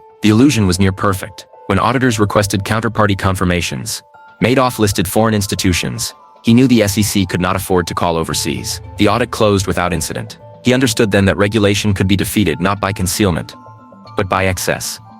The success of that inspection marked a psychological turn. Madoff no longer believed exposure possible. He had outlasted scrutiny from every direction. In his mind, the fraud was no longer a crime, but an evolved form of finance. A system that delivered stability where others delivered risk. He rationalized that clients wanted consistency more than truth. He saw himself as the custodian of that desire. If his methods were fiction, they were necessary fiction. During these years, his family's presence in the firm intensified. Peter Madoff oversaw compliance procedures. His sons Mark and Andrew managed trading operations. None had access to the investment advisory floor. The compartmentalization was so complete that the firm functioned as two distinct organisms sharing a single name. Upstairs, the sons pursued legitimate business with honor. Downstairs, their father rewrote finance in ink and imagination. The illusion had become a family enterprise in appearance only. Philanthropy strengthened the outer armor. The Madoffs donated millions to cultural foundations, Jewish charities, and universities. They sponsored art exhibitions and medical research. Every check drawn from the fraudulent funds bought another layer of respectability. Recipients displayed his name on donor walls and event programs. The circle of trust around him expanded until it included institutions large enough to influence public perception. He had woven himself into the moral fabric of society. To accuse him was to question the system itself. Beneath this polish, Madoff grew increasingly detached. He no longer spoke of markets in the language of risk and return, but in terms of flow and balance. He saw capital as a current that had to be kept moving. So long as money entered faster than it left, the current would sustain itself. He measured life through these ratios. If numbers balanced, existence remained under control. The illusion had become not only his profession, but his psychological architecture. In 2006 and 2007, as the global economy began to strain, Madoff expanded operations even further. Feeder funds from Europe and the Caribbean injected billions from wealthy investors, seeking security against market turbulence. He opened additional bank accounts to handle the inflows and created subsidiary entities to route money more efficiently. The flow of capital became a network of loops and mirrors, each concealing the next. The balance sheets grew thicker, the paper statements heavier. The illusion scaled without limit. Inside, De Pascali and Bongiorno worked through nights to maintain the rhythm. They had long since stopped considering consequences. The numbers had become language, a set of symbols that defined their reality. They knew it was false, but it was complete, and completeness felt like truth. They believed in the system as an order greater than law. Madoff's presence anchored that faith. His calm demeanor and unwavering routine projected a sense that everything was under control, even when nothing was real. In 2007, small signs of stress appeared. Some feeder funds requested larger redemptions as credit markets tightened. The cash gaps widened, but Madoff managed them through short-term borrowing and new deposits. He watched economic reports with increasing focus, calculating how long confidence could be maintained if liquidity evaporated. Each night he reviewed bank balances, cross-checking withdrawal schedules against expected inflows. He still believed in control, But control now meant delay, not prevention. The illusion remained unbroken until the autumn of 2008.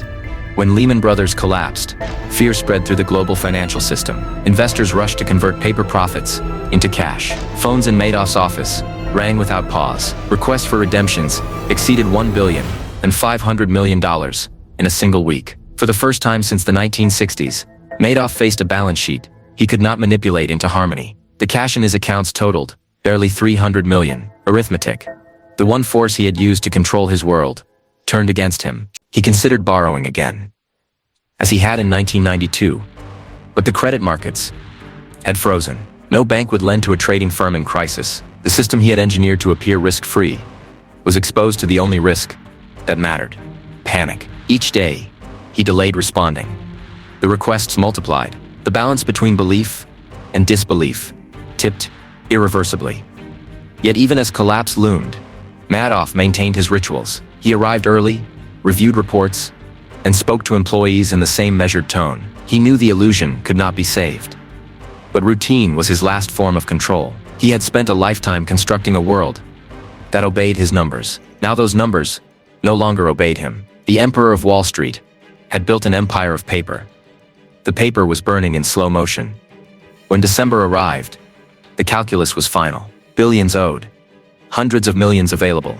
No way to delay the reckoning. For nearly half a century, Madoff had commanded belief as a currency stronger than truth. That currency had finally devalued to zero. The man who once defined order through numbers now faced a world measured by the one equation he could not solve: trust minus time. At the beginning of the new millennium, the deception entered its most refined phase. The transition from paper to digital systems across Wall Street had created opportunities that suited Bernard Madoff perfectly. The same technology that made trading instantaneous also made fabrication effortless. His inner circle embraced the computer age not to modernize truth, but to mechanize illusion. The fraud that once depended on manual calculation and handwritten statements evolved into an automated ecosystem of data and deceit. The transformation began with two programmers, George Perez and Jerome O'Hara, who were hired to modernize the firm's back-office reporting systems. Madoff's instructions were explicit yet ambiguous. He wanted tools that could reproduce trade records identical to those issued by legitimate clearinghouses. The programmers built code that generated transaction data formatted precisely like the depository trust company's statements, down to typography, spacing, and font weight. When printed, the counterfeit records were indistinguishable from the real thing. Perez and O'Hara referred to their workspace as the labyrinth. Its walls were lined with printers, servers, and filing cabinets, each serving the same purpose: to sustain belief through technical perfection. The software architecture they built automated deception. With a few keystrokes, DePascali could select a list of blue-chip stocks, input client balances, and produce a full set of trades with corresponding dates, volumes, and prices. The system could generate entire months of activity within minutes. Every transaction matched historical market data to the cent. The program could even randomize trade times to mimic authentic market fluctuations. When external auditors requested verification, these records satisfied every criterion. The illusion had become algorithmic. Madoff's control deepened through data. Each morning he reviewed electronic summaries of account balances, comparing inflows and redemptions. The numbers appeared on his screen like a pulse. Steady, rhythmic, alive. To him, the firm was a living organism sustained by motion. The code, the printers, the spreadsheets, all served as the circulatory system of a body he had designed. The more efficient it became, the further he drifted from reality. Automation dulled the anxiety that once accompanied manual forgery. The machine performed the lie for him. The success of digitization expanded the scale of the operation. Thousands of accounts could now be updated automatically, and statements could be printed in parallel, rather than one at a time. Postal bins filled with envelopes left the office each month, carrying fiction across continents. Clients in Geneva, London, and Palm Beach received proof of their prosperity before the month ended. The illusion traveled faster than ever before. But technology also invited scrutiny. By 2001, the financial press had begun to notice Madoff's impossibly consistent returns. Two trade publications, Barron's and Mar Hedge, published articles questioning how his strategy could deliver gains every month, even in down markets. Analysts noted that his trading volume, if real, would have been visible on exchange data. Yet no trace existed. To the public, these suspicions sounded like professional envy. To Madoff, they were an irritation quickly neutralized. His response was calm and dismissive, his reputation powerful enough to silence inquiry. The articles faded, but the pattern of doubt they introduced never disappeared. Inside the lipstick building, the computer boys continued refining their systems. They built scripts that could backdate trades automatically, allowing De Pascali to input any range of dates and generate reports reflecting activity that never occurred. The precision of timestamps, prices, and stock tickers made the documents bulletproof. Regulators who examined them saw no errors because the numbers mirrored real market data. Fraud had become a mirror image of authenticity, so flawless that truth and fabrication were indistinguishable. That same year, independent analyst Harry Markopoulos sent the first of several detailed warnings to the SEC. His mathematical analysis proved that Madoff's returns were statistically impossible. He outlined multiple scenarios, all of which ended in the same conclusion. The strategy was a facade. The reports were circulated through regional offices, but failed to trigger action. Bureaucratic inertia and reverence for Madoff's reputation dissolved urgency. He remained untouchable. Madoff interpreted the inaction as proof of mastery. Each failed investigation reinforced his belief that control, not chance, governed the world. His confidence hardened into doctrine. He began to view regulators as part of the system's landscape, predictable, manageable, and harmless. He had learned from the Avellino crisis that overwhelming inspectors with paperwork ensured compliance. Now he applied that principle on a digital scale. When examiners visited, they were greeted with databases so extensive that verification was impossible within their limited schedules. The more they received, the less they saw. The 2004 audit became the ultimate test of this strategy. The SEC arrived to investigate allegations that Madoff was front-running, trading ahead of clients to profit illegally. The real crime, fabrication, remained invisible. To satisfy the auditors, De Pascali and the programmers manufactured mountains of documentation within weeks. Dozens of boxes filled with transaction records were stacked in hallways. Each page looked authentic, complete with trade identifiers, settlement dates, and counterparty names. Madoff's confidence during the inspection was absolute. When auditors requested confirmation of trades with counterparties, the firm provided names of European institutions. Madoff knew the agency's budget restrictions would prevent overseas verification. The inspection closed without findings. The auditors left impressed by his cooperation. In the aftermath, the firm celebrated quietly, though no one called it celebration. It was ritual relief. The deception had survived its most serious threat since 1992. Madoff noted the outcome without visible emotion. For him, the audit proved that perfection could neutralize reality. Regulators were not adversaries. They were variables in a system he could control. The illusion had become self-sustaining. Within the office, the rhythm of fraud continued uninterrupted. Bongiorno prepared statements, De Pascali coordinated fake trades, and Perez and O'Hara adjusted code to accommodate new data formats. When the depository trust company updated its templates, they replicated the changes immediately. Every visual detail, the spacing of columns, the alignment of decimals, the color of ink was matched. Even errors were imitated. The programmers inserted minor rounding discrepancies to simulate authenticity. It was deception as engineering. Outside, the world accelerated toward complexity. Hedge funds multiplied, derivatives exploded in scale, and investors sought havens of calm amid volatility. Madoff's firm offered that illusion perfectly. Feeder funds across Europe and the Caribbean funneled billions into his accounts. Each new deposit solved the immediate arithmetic of survival and deepened the long-term risk. The numbers on his screens grew astronomical. His supposed portfolio now exceeded $50 billion in reported value. The reality in his bank accounts rarely surpassed a fraction of that.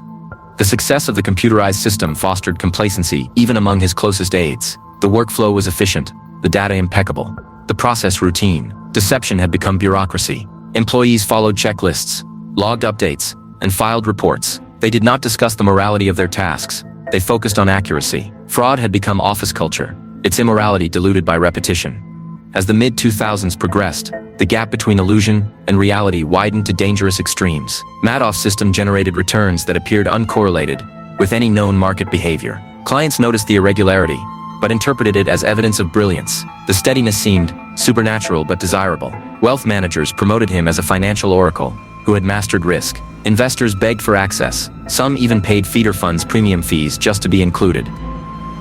The exclusivity became self-validating. Inside, Madoff's psychology shifted from confidence to fatalism. The sheer scale of the numbers made the fraud irreversible. He could no longer unwind it even if he wanted to. Too many institutions, families, and charities depended on him. Exposure would not only destroy him, but devastate thousands. That belief transformed self-preservation into moral rationalization. He convinced himself that continuation was protection. Ending the scheme would harm others. Maintaining it sustained stability. It was the final mutation of his conscience. In 2005, Markopoulos submitted another detailed analysis to the SEC. Again, nothing happened. The case files circulated between offices, marked, "No further action."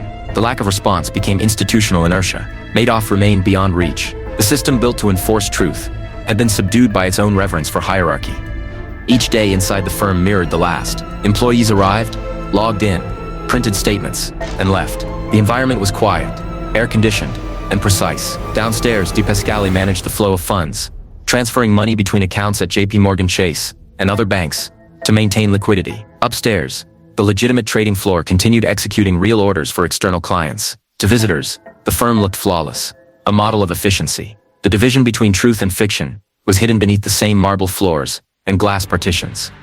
As 2006 approached, the web of technology had become so intricate that it transcended oversight. Every record, every report, every file referenced another, creating a closed circuit of validation. The system could withstand any audit because it verified itself. Fraud had become a network, self-contained, recursive, perfect. Madoff had built not merely a Ponzi scheme, but a digital ecosystem of belief. That year, the SEC conducted yet another examination. Once more, the results were the same: no evidence of wrongdoing. The auditors, overwhelmed by volume and reassured by reputation, concluded that Madoff's operations were sound. Internally, he noted the absurdity of the situation. Each audit intended to reveal truth instead deepened the illusion. Each inspector left convinced that they had witnessed transparency. The regulatory system, designed to catch deception, had become part of its maintenance. By 2007, Madoff's confidence bordered on apathy. He spoke less to his team, spending long hours in his office, surrounded by screens displaying market data that bore no relation to his firm's activities. He watched numbers scroll, as if monitoring an alternate reality he had once imitated, but no longer participated in. His creation had grown beyond him. The algorithms and reports operated without his intervention. Fraud had become autonomous. Outside his walls, cracks appeared across the financial world. Mortgage defaults were rising, credit markets tightening. The first tremors of the global crisis reached Wall Street. Madoff recognized the danger immediately. His empire was immune to market loss, but vulnerable to fear. If investors sought to withdraw funds en masse, no system could replace real liquidity. He monitored redemptions daily, adjusting flows, borrowing temporarily from new deposits. Each day he postponed collapse by managing timing. The illusion survived by hours, not months. The digital web that had protected him for years now trapped him. The automation that once ensured control now magnified exposure. Every fake trade, every account, every statement was archived on servers, backed up on drives, preserved in duplicates. Should investigators ever question them, the evidence would be irrefutable. The perfection that had fooled auditors would condemn him completely. As the first shockwaves of the 2008 crisis spread, Madoff sat in his office, surrounded by paper and screens, the emperor of a virtual empire collapsing from within. The system he had built to outpace scrutiny had become too vast to manage, too intricate to hide, too dependent on the one resource he could no longer manufacture: trust. The digital web had reached its limit. Beyond it waited the simplest truth he had spent half a century defying. Numbers, when stripped of belief, reveal nothing but emptiness. Each request forced Madoff to examine his reserves. Knowing the figures on his screens represented fiction. His real cash position hovered around $300 million. Enough to maintain appearances for a few weeks, but not months. He moved money between accounts to create the illusion of liquidity, initiating transfers that reassured banks without satisfying obligations. To the outside world, everything appeared calm. Inside, the numbers screamed collapse. He worked silently, performing the rituals of control that had once sustained him. Files were reviewed, statements signed, accounts balanced. Yet every action was mechanical, stripped of meaning. The structure of deceit that had once felt invincible now trembled under the simplest human instinct: fear. Madoff understood the mathematics of panic better than anyone. A Ponzi scheme collapses not from exposure, but from withdrawal. If every investor demanded cash simultaneously, the system implodes. He had built the perfect machine of faith, and now that faith was dying. In September, Lehman Brothers fell. The shock rippled through every market. Financial institutions froze credit lines, hedge funds liquidated assets, and investors across the world raced to recover what they could. Madoff's phone lines filled with calls from anxious clients and intermediaries. Redemption requests flooded in. In the first week after Lehman's bankruptcy, withdrawals exceeded $1 billion. He processed them quietly, using the last of his reserves to maintain the appearance of solvency. Each check mailed out was a countdown. The illusion of control that had defined his life began to unravel. Employees noticed subtle changes. The precision that once characterized Madoff's behavior eroded. He spent long hours alone in his office, staring at spreadsheets without moving. The printer that once produced endless account statements now sat idle between cycles. De Pascali and Bongiorno continued their routines, generating documents no one would ever read. The office still functioned, but purpose had drained from it. The fraud, once alive through constant motion, was dying through stillness. Each request forced Madoff to examine his reserves, knowing the figures on his screens represented fiction. His real cash position hovered around $300 million, enough to maintain appearances for a few weeks, but not months. He moved money between accounts to create the illusion of liquidity, initiating transfers that reassured banks without satisfying obligations. To the outside world, everything appeared calm. Inside, the numbers screamed collapse.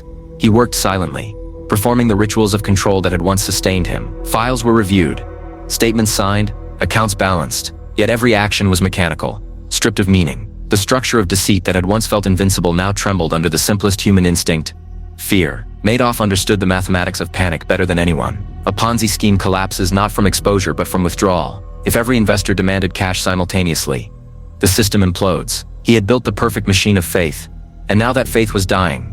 In September, Lehman Brothers fell. The shock rippled through every market. Financial institutions froze credit lines, hedge funds liquidated assets, and investors across the world raced to recover what they could. Madoff's phone lines filled with calls from anxious clients and intermediaries. Redemption requests flooded in. In the first week after Lehman's bankruptcy, withdrawals exceeded $1 billion.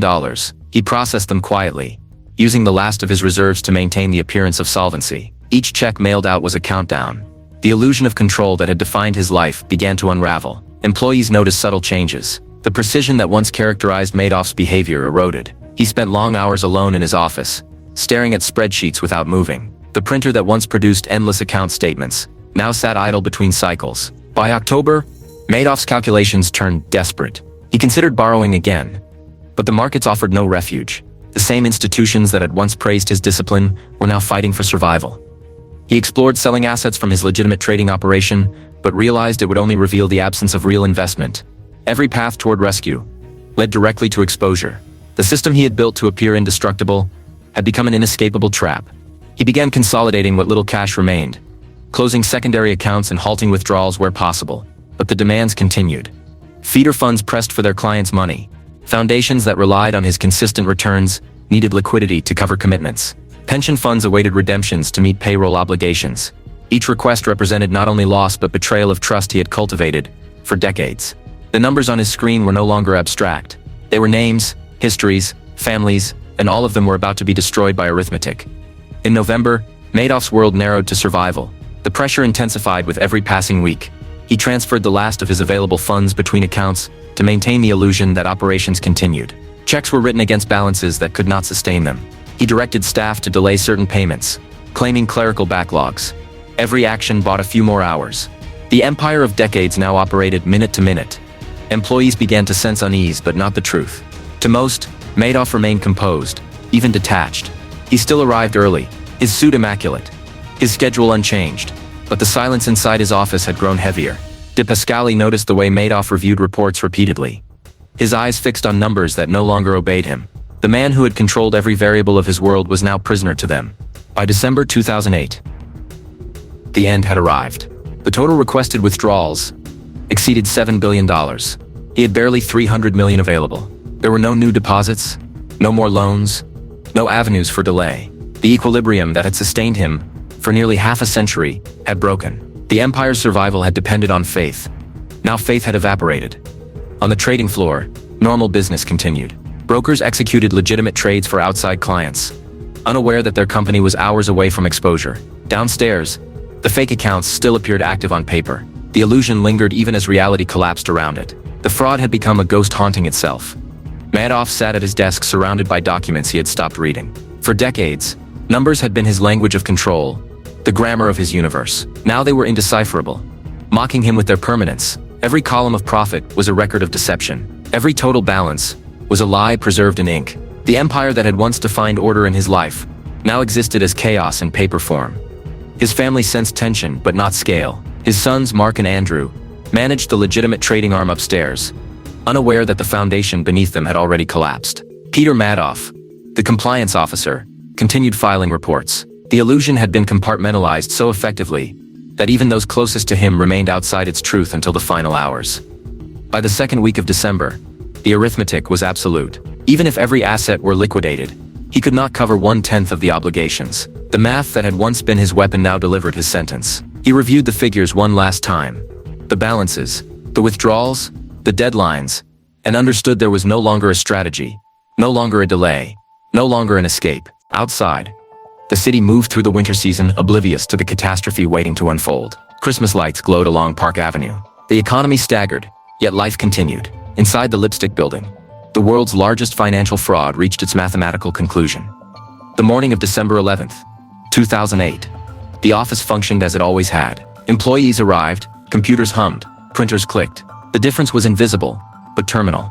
The numbers could no longer be reconciled. The firm's accounts were empty. The empire that had survived scrutiny, audits, and suspicion for decades collapsed not through investigation, but through arithmetic, inevitability.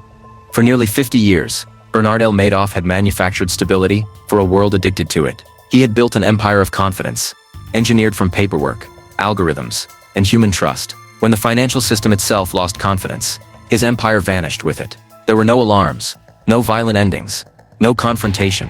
The collapse occurred quietly, between numbers on a screen, when faith in fiction reached zero. The following hours moved with mechanical inevitability. His staff continued their routines, unaware that the ground had disappeared beneath them. The office remained silent, sterile, and bright. Madoff sat amid it all, the architect of an illusion so complete that even its ending resembled order. The collapse had no explosion, no fire, no noise. It ended the same way it had begun, with a man, a ledger, and a number that no longer added up. By nightfall, the world's most intricate deception had already transformed into history. The walls of his office still held the framed newspaper clipping from 1992, the portrait that once celebrated him as a savior. Outside, the markets closed, the city dimmed, and the empire of paper disappeared into the mathematics of truth.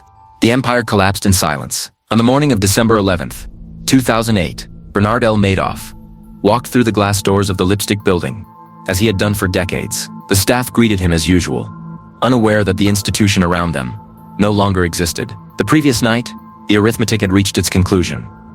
Liabilities exceeding assets by billions. Every account an empty ledger of lies. What remained was the facade, and even that would not survive the day. Outside, the world was already convulsing from the financial crisis. Banks vanished, fortunes evaporated, and faith in markets had fractured. Within that chaos, the revelation that the most trusted man on Wall Street had orchestrated history's largest fraud was the final breaking point. It began quietly. A phone call, an investigation request, a sudden media storm. By evening, the illusion that had lasted nearly 50 years was gone. When federal agents arrived at his residence, the following morning, the scene was clinical. The search was procedural, not dramatic. Paperwork filled boxes, computer drives were sealed, and the once meticulous records of fictitious trades were cataloged as evidence. The agents moved through hallways, lined with photographs from charity galas and family vacations, silent witnesses to the double life that had thrived behind them. Every framed accolade, every certificate of recognition became an artifact of deception. Madoff's calm during those hours was absolute. He moved slowly, answering questions, surrendering documents, showing none of the panic expected from a man whose empire had disintegrated overnight. The stillness that had defined him for decades remained unbroken. His life had been built on control, and even in ruin, control was the only thing left to display. At the FBI's New York field office, agents began dismantling the fiction. They established a dedicated task force, combing through records that stretched back to the 1960s. Teams traced bank transfers, client communications, and the digital architecture of falsified trades. The data-filled rooms, millions of documents, thousands of statements, and terabytes of electronic records. The scope of the operation defied comprehension. For investigators, it was not a single crime, but an entire parallel economy. The first revelation was scale. The estimated paper value of accounts under Madoff's management exceeded $65 billion. The real capital remaining was a fraction, roughly $300 million. The rest had been consumed in redemptions, lavish lifestyles, and the mechanical cycling of funds between investors. The magnitude of the deceit transformed the case from financial scandal into a historical event. At headquarters, agents constructed a timeline. They mapped decades of activity, the legitimate beginnings in the 1960s, the first fake trades in the early 1970s, the Avellino and Venus crisis in 1992, the computerized expansion in the early 2000s, and the final collapse during the global financial meltdown. Each period revealed the same pattern: precision, secrecy, and survival through confidence. Madoff's confession, though immediate, offered little insight. He claimed sole responsibility, insisting that no one else had known. The investigators did not believe him. The fraud's complexity required coordination. The record showed signatures, directives and communications involving multiple employees. The task force began interviewing staff, moving methodically through departments. Frank DePascali, the operational architect of the fake trading system, became the central figure. His knowledge of both the legitimate and fraudulent sides made him invaluable. When confronted with the evidence, he understood the inevitability of exposure. Cooperation became his only option. Through him, the Bureau reconstructed the internal machinery of deception, the printing schedules, the computer systems, the cash flow between feeder funds and client accounts. The investigation extended to Madoff's family. His brother Peter, as chief compliance officer, had signed numerous regulatory documents attesting to transparency. His sons, Mark and Andrew, had managed legitimate operations, but were unaware of the fraud. Their shock was immediate and public. In the days following the arrest, they cut all contact with their father. The family name, once a symbol of stability, became synonymous with betrayal. Inside the Bureau's command center, analysts worked through night shifts, cross-referencing account statements with bank records. Every deposit, withdrawal and interest payment was examined. The complexity was staggering. Tens of thousands of transactions spanning decades, each feeding the next. The fraud was not a single theft, but an organism of deception that had evolved in plain sight. The human cost began to surface in waves. Investors who had trusted Madoff for decades faced ruin. Charities collapsed. Pension funds lost lifetimes of savings. Some victims were wealthy institutions. Others were families who had invested inheritances. The illusion of safety had devoured them all equally. Across the country and abroad, shock turned to disbelief, then anger. The headlines filled with names, balances, and the staggering realization that trust itself had been commodified and destroyed. While the FBI pursued criminal accountability, the Securities Investor Protection Corporation, SIPC, initiated the legal process of liquidation. A trustee, Irving Picard, was appointed to trace assets and recover funds for victims. His task was monumental: unwind decades of false records, identify genuine deposits, and pursue those who had profited from the fraud. The legal framework required him to reclaim net winners, investors who had withdrawn more than they had invested, even if unknowingly. The process inverted justice into arithmetic, guilt measured not by intent, but by balance. Madoff's office became a crime scene. Agents cataloged everything: stacks of false trade confirmations, file cabinets of fictitious correspondence, computers running outdated software, written by the computer boys. The system that had once symbolized efficiency now served as evidence of deceit. The orderliness that had protected Madoff for decades became the map of his destruction. In the weeks following his arrest, Madoff was confined under house arrest in his Manhattan apartment. Outside, reporters gathered daily, photographing every movement. Inside, investigators continued dissecting his empire. The calm that had once defined him began to erode. The weight of exposure replaced the illusion of control. For the first time in his life, there was nothing left to calculate. The Department of Justice assembled prosecutors, experienced in financial crime, coordinating with the FBI to prepare charges. The indictment spanned 11 counts, including securities fraud, wire fraud, and money laundering. The total theoretical sentence exceeded a century. When the case entered federal court, the numbers alone defined its enormity. The fraud was not measured in millions or billions, but in the erosion of an entire financial system's credibility. As investigators interrogated employees, the network of complicity emerged. Bongiorno's records revealed decades of participation in falsifying statements. Perez and O'Hara's code archives demonstrated that fake trading confirmations had been generated programmatically. Each participant had contributed to the illusion in ways that blurred intent. The Bureau's conclusion was stark. The operation had functioned as a company-sized conspiracy powered by culture, not ideology. By early 2009, Madoff's empire was gone. The lipstick-building offices were stripped bare, computers removed, files boxed, furniture tagged for auction. The walls that had once contained the most sophisticated financial illusion in history stood empty. Dust settled where the hum of machines had filled every hour. The silence felt definitive. In March 2009, Madoff entered his plea. There was no trial. The evidence was overwhelming, the confession unqualified. For nearly half a century, he had fabricated profits for thousands of investors. The court proceedings lasted minutes.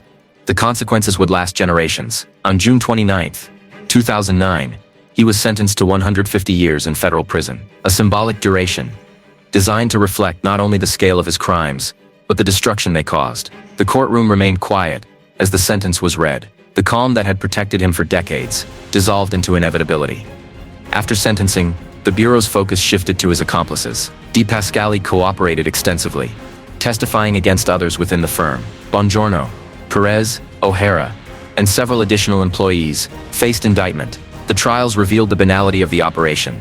Office workers performing deception with the same routine precision they might apply to any corporate task. The fraud had thrived not through conspiracy, but through obedience. Beyond the courts, the trustees' recovery mission began reclaiming billions through settlements and asset forfeitures. Homes, yachts, and bank accounts were liquidated. Luxury items, once symbols of success, became instruments of restitution. Each recovered dollar represented not wealth regained, but illusion dismantled. The psychological aftermath extended far beyond Wall Street. The phrase Ponzi scheme entered daily vocabulary. Trust, the currency of financial systems, had been permanently devalued. Madoff's name became a synonym for betrayal. Economists and historians would later define the scandal not merely as a crime, but as a mirror, reflecting the blindness of an era obsessed with consistency over truth. In prison, Madoff resumed the routines that had once structured his life. He cataloged, calculated, and maintained order. The discipline remained, though its purpose had vanished. For the Bureau, the case became a study in systemic failure, a demonstration of how intelligence, reputation, and precision could coexist with deception so vast, it redefined the boundaries of fraud. The reckoning extended beyond the man. It forced institutions to confront their own complicity, regulators who ignored warnings, investors who valued comfort over scrutiny, banks that processed transfers without question. The collapse was not merely personal, but cultural. By the end of 2009, the investigation had produced 14 criminal convictions, multiple forfeitures, and billions recovered. Yet no resolution could reverse the damage. Lives destroyed, charities shuttered, retirements lost. The cost was irreversible. The empire had vanished, but its shadow remained. In April 2021, after 12 years in federal custody, Bernie Madoff died at the prison's medical center in North Carolina. The cause was natural, the irony absolute. A man who had spent his life manipulating time and numbers succumbed to both. He left behind not wealth, not legacy, but a cautionary monument, proof that the most dangerous illusions are the ones that promise stability. When the FBI closed its final report, the conclusion was written in plain terms. The case of Bernie Madoff was not only the largest financial fraud in history, but the most precise. It had survived 5 decades because it mirrored what people most wanted to believe. That order, once achieved, could last forever. The empire was gone, but its ruins remained everywhere. Courtrooms, boardrooms, and living rooms across the world filled with the echoes of its collapse. The fall of Bernie Madoff had emptied thousands of accounts, but it had also emptied the idea that modern finance was immune to human illusion. What began as an investigation evolved into an autopsy, not of a man, but of a system that had mistaken reputation for regulation.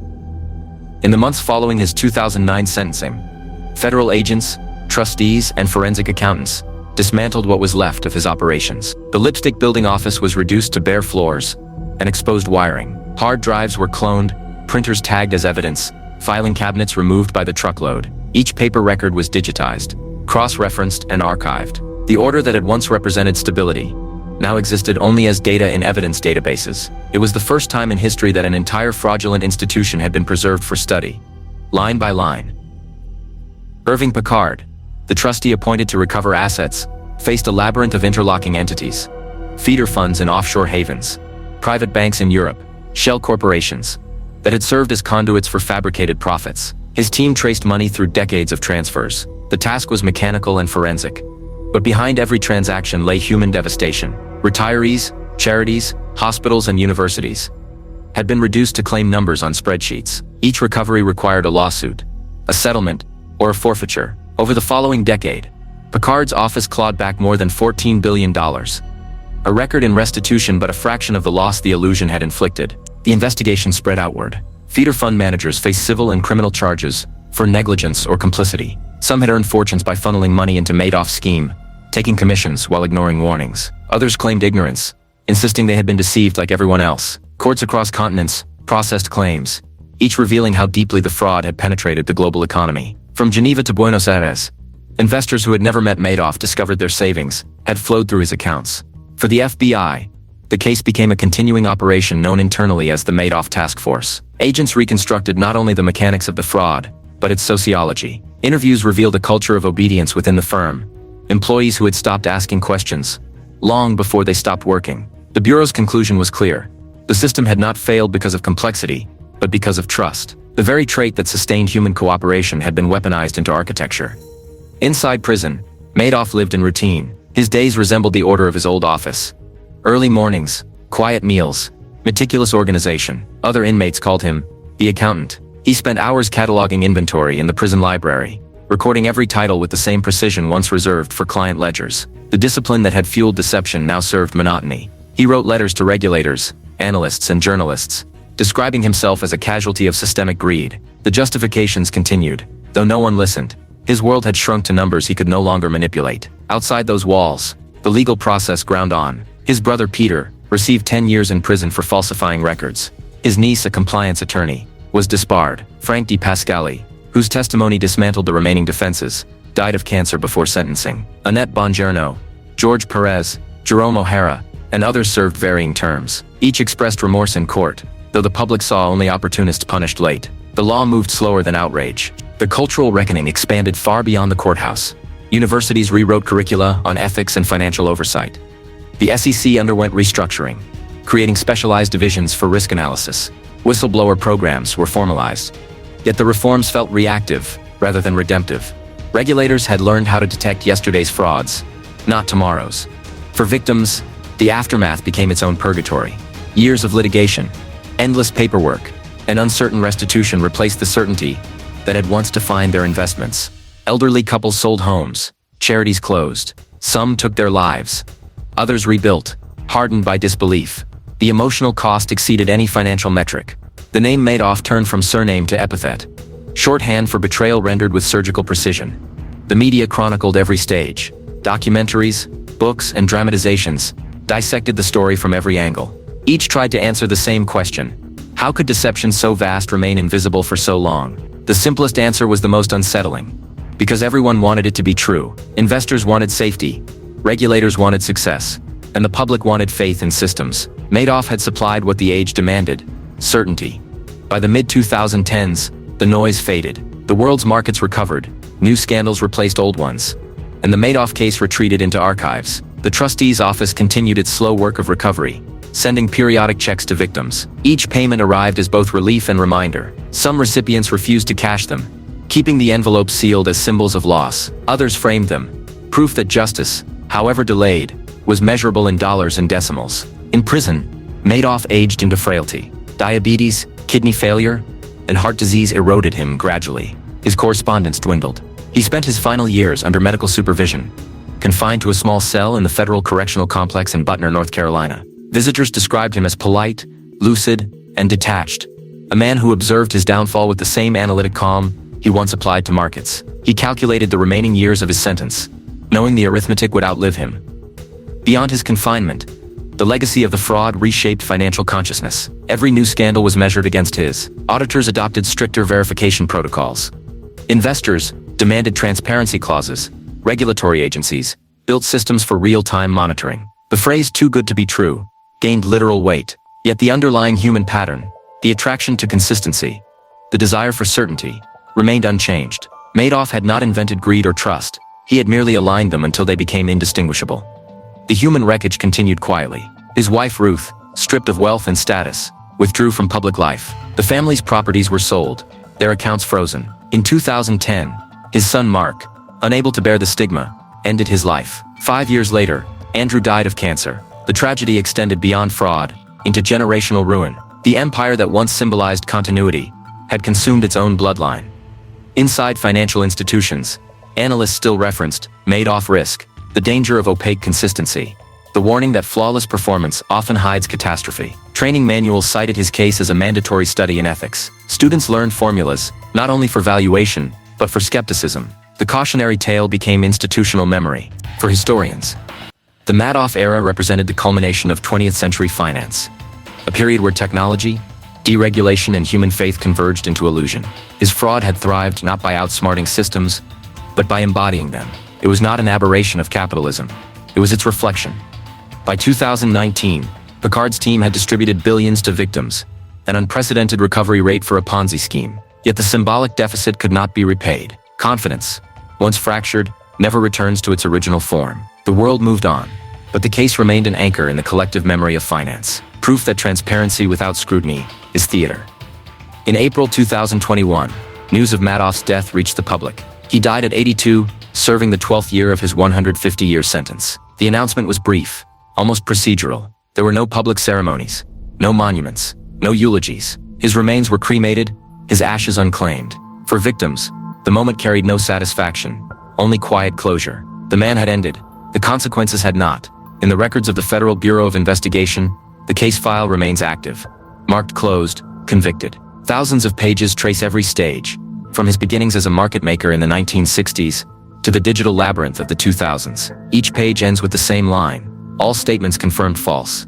The aftermath left behind a paradox that historians would debate for decades. Madoff had constructed an empire that collapsed without violence, a crime that existed entirely within belief. Its destruction revealed the fragility of trust, the invisible infrastructure on which modern civilization rests. When that infrastructure fails, collapse requires no explosions, only disbelief. In the end, the world inherited not his wealth or his wisdom, but his warning. Systems built on unchecked confidence inevitably decay into worship of their own image. His life had been a mirror reflecting that worship, until it shattered. The ruins it left behind became not monuments of greed, but monuments of faith, misplaced, evidence that the greatest danger to truth is not lies, but comfort. Years after the collapse, the echoes of Bernard L. Madoff's empire continued to move quietly through financial systems, court archives, and memory. The headlines had faded, the lawsuits slowed, the victims aged, and yet the structure he had built still haunted the world that created him. His name no longer represented a man but a pattern, one that exposed the fragile intersection between mathematics and faith. In the sterile archives of the Federal Bureau of Investigation, his case remains preserved with scientific precision. Boxes of evidence occupy entire storage aisles, forged statements, coded ledgers, electronic backups of trades that never happened. Each document is a fossil of belief, a record of how imagination, printed on official letterhead, became reality for decades. Investigators, students, and historians continue to examine the evidence, tracing how one human being could bend entire institutions around fiction that felt orderly. The narrative begins the same way every time. A single office in the early 1960s, a man who understood the psychology of trust before computers understood the language of numbers. A system that rewarded composure over curiosity, and an environment where consistency, not truth, became the ultimate measure of success. Over time, those elements fused into a self-sustaining illusion. The genius of Madoff's deception was not its complexity, but its familiarity. He offered the financial world what it already wanted: steady gains, minimal volatility, the comfort of control. The lie endured because it was comforting to believe. In the years following his death, the repercussions continued to surface. Trust in private investment advisories diminished. Regulation became both stricter and more performative. Financial advisors invoked Madoff compliance as shorthand for procedural transparency, mandatory audits, third-party custodians, and independent verification of assets. Yet the fundamental human conditions that had allowed the fraud to thrive remained unchanged. The pursuit of certainty persisted, reshaped by new technology, but guided by the same instincts. The victim's landscape evolved slowly. Many never recovered financially. Some lived long enough to receive partial repayments from the trustee's office, each check a reminder of what faith had cost them. Others died before restitution reached them. Charities rebuilt with smaller endowments. Universities restructured scholarships, and pension funds adjusted forecasts that could never again meet their original promises. The damage existed not only in accounts, but in psychology. For decades, Madoff had embodied the illusion that the financial world could be rational. When that illusion collapsed, it left behind an emptiness no spreadsheet could quantify. Inside the financial community, the case transformed into doctrine. Compliance officers cited it as a lesson in verification. Educators taught it as a parable of oversight. Journalists referenced it whenever trust appeared too perfect. The term Madoff moment entered the lexicon of crisis analysis, used to describe the instant when an institution realizes that belief has replaced proof. Every new scandal, from hedge fund failures to cryptocurrency implosions, was measured against that benchmark. The shadow of his empire extended far beyond its ruins. In the quiet records of the trustees' reports, progress is measured in recovered dollars. Over 14 billion retrieved, thousands of claims resolved, billions more distributed in restitution. The recovery rate, unprecedented for a Ponzi scheme, stands as testament to the machinery of law that eventually caught up with the machinery of deceit. Yet each report ends with the same conclusion: no restitution can restore time. The decades lost to illusion remain unreturnable. For the agents and analysts who dismantled the fraud, the case became a permanent chapter in institutional memory. Training programs at the FBI still included as a study in behavioral economics, how deception flourishes not through invisibility, but through routine. They examine the case as a blueprint for how data, technology, and personality can fuse into control. In debriefings, the same realization emerges: the system that failed to detect Madoff was not broken, It was functioning exactly as designed, built on trust that no one thought to verify. Beyond institutions, the story endures as cultural shorthand. Books, documentaries, and films continue to revisit it, each portraying a different facet. The mechanical brilliance, the emotional vacuum, the systemic blindness. Audiences remain fascinated, not by greed, but by order. The calm precision with which one man sustained deception for half a century. His composure became the symbol of an age that mistook professionalism for honesty. For economists, the Madoff era marks a hinge point between 2 centuries of financial belief. The 20th century had celebrated stability as moral virtue. The 21st learned that stability could be engineered artificially. The lesson was brutal and simple. Perfect order is the most convincing disguise for chaos. In the years after his death, the Lipstick Building underwent renovations. The office that once produced the architecture of illusion became ordinary workspace again. Glass replaced, walls repainted, desks rearranged. Yet traces remained. Bolt holes from the removed filing cabinets, faint imprints on the carpet, where printers had stood. Fragments of wiring that once connected servers filled with fabricated trades. The space that had contained the largest fraud in history became just another leased floor in Manhattan's financial district. The ghosts were bureaucratic, data remnants, case files, memory. Some of the recovered items were transferred to the FBI's historical collection. A sample trade confirmation, a ledger page, a section of server wiring. They serve as artifacts, not of a man, but of the machinery of belief. Visitors who study them encounter not the spectacle of crime, but the silence of precision. Evidence of how ordinary tools can sustain extraordinary illusion. In retrospection, the Madoff story ceased to be about one individual and became a study of human systems. It revealed that fraud is rarely hidden in shadows. It thrives in bright rooms filled with confidence. It demonstrated how reputation, once institutionalized, becomes immunity. And it proved that the most dangerous structure in any economy is the one no one doubts. For the generation of investors who lived through the collapse, the lessons turned inward. They learned to question numbers that never fluctuate, to distrust serenity, presented as performance. For regulators and scholars, the case remains a reference point for understanding systemic risk. Its equations are dissected not for financial innovation, but for psychological pattern. Madoff's empire is now taught as the anatomy of persuasion, disguised as arithmetic. The trustees' work continues in diminishing waves. Each year, fewer claims remain unresolved. The recovered funds are distributed, the records finalized, and the final account balance is archived. The remaining victims grow older, the urgency replaced by fatigue. For them, justice exists only as procedure. The emotional aftermath cannot be reconciled. In the digital age that followed, new forms of deception emerged. Algorithmic trading manipulations, data-driven scams, decentralized currencies, without oversight. Each time, regulators invoked his name. Each time, commentators declared that the world had learned. Yet the pattern repeated. Trust accumulated faster than scrutiny. Technology advanced. Psychology remained the same.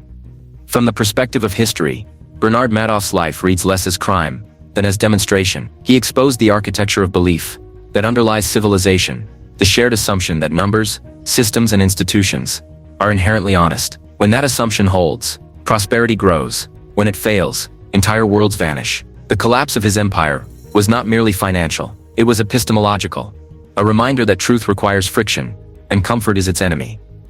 In the final accounting, the case leaves behind paradox, rather than resolution. A man who once embodied success died in obscurity, while the institutions that had trusted him continued unchanged. His victims, dispersed across continents, rebuilt their lives in fragments. Regulators introduced reforms destined to be tested by future illusions. The markets recovered, the world moved forward, and the echo of numbers remained. The steady hum of systems that depend, as his once did, on collective faith. The story closes not with redemption, but with observation. Decades of deceit, reduced to a line in history. Billions repaid, billions lost. Reputations remade, lives unrecorded. The empire that began with a single office ended as a lesson written into every compliance manual, every classroom, every audit form. The man who controlled belief through arithmetic became a symbol of its fragility. Somewhere in an evidence vault, a single printed statement still lies preserved. Neat columns of trades, perfect profits, flawless totals. The paper is yellowed at the edges, the ink fading, but the illusion remains visible. Proof that numbers once trusted absolutely can outlive the hands that forged them. The document represents both the perfection that deceived the world and the vulnerability that defines it. Time has reduced everything else to silence. The buildings remain. The systems continue. The markets pulse forward. Yet within that motion lies the quiet residue of the case. The recognition that every financial cycle, every institution, every promise of order carries within it the possibility of faith turned inward. Madoff's legacy endures not in money or memory, but in vigilance. The knowledge that every perfect number demands to be questioned. The echo persists, faint but permanent, across databases, classrooms, and minds. A reminder that belief, when left unchecked, is the most profitable illusion of all.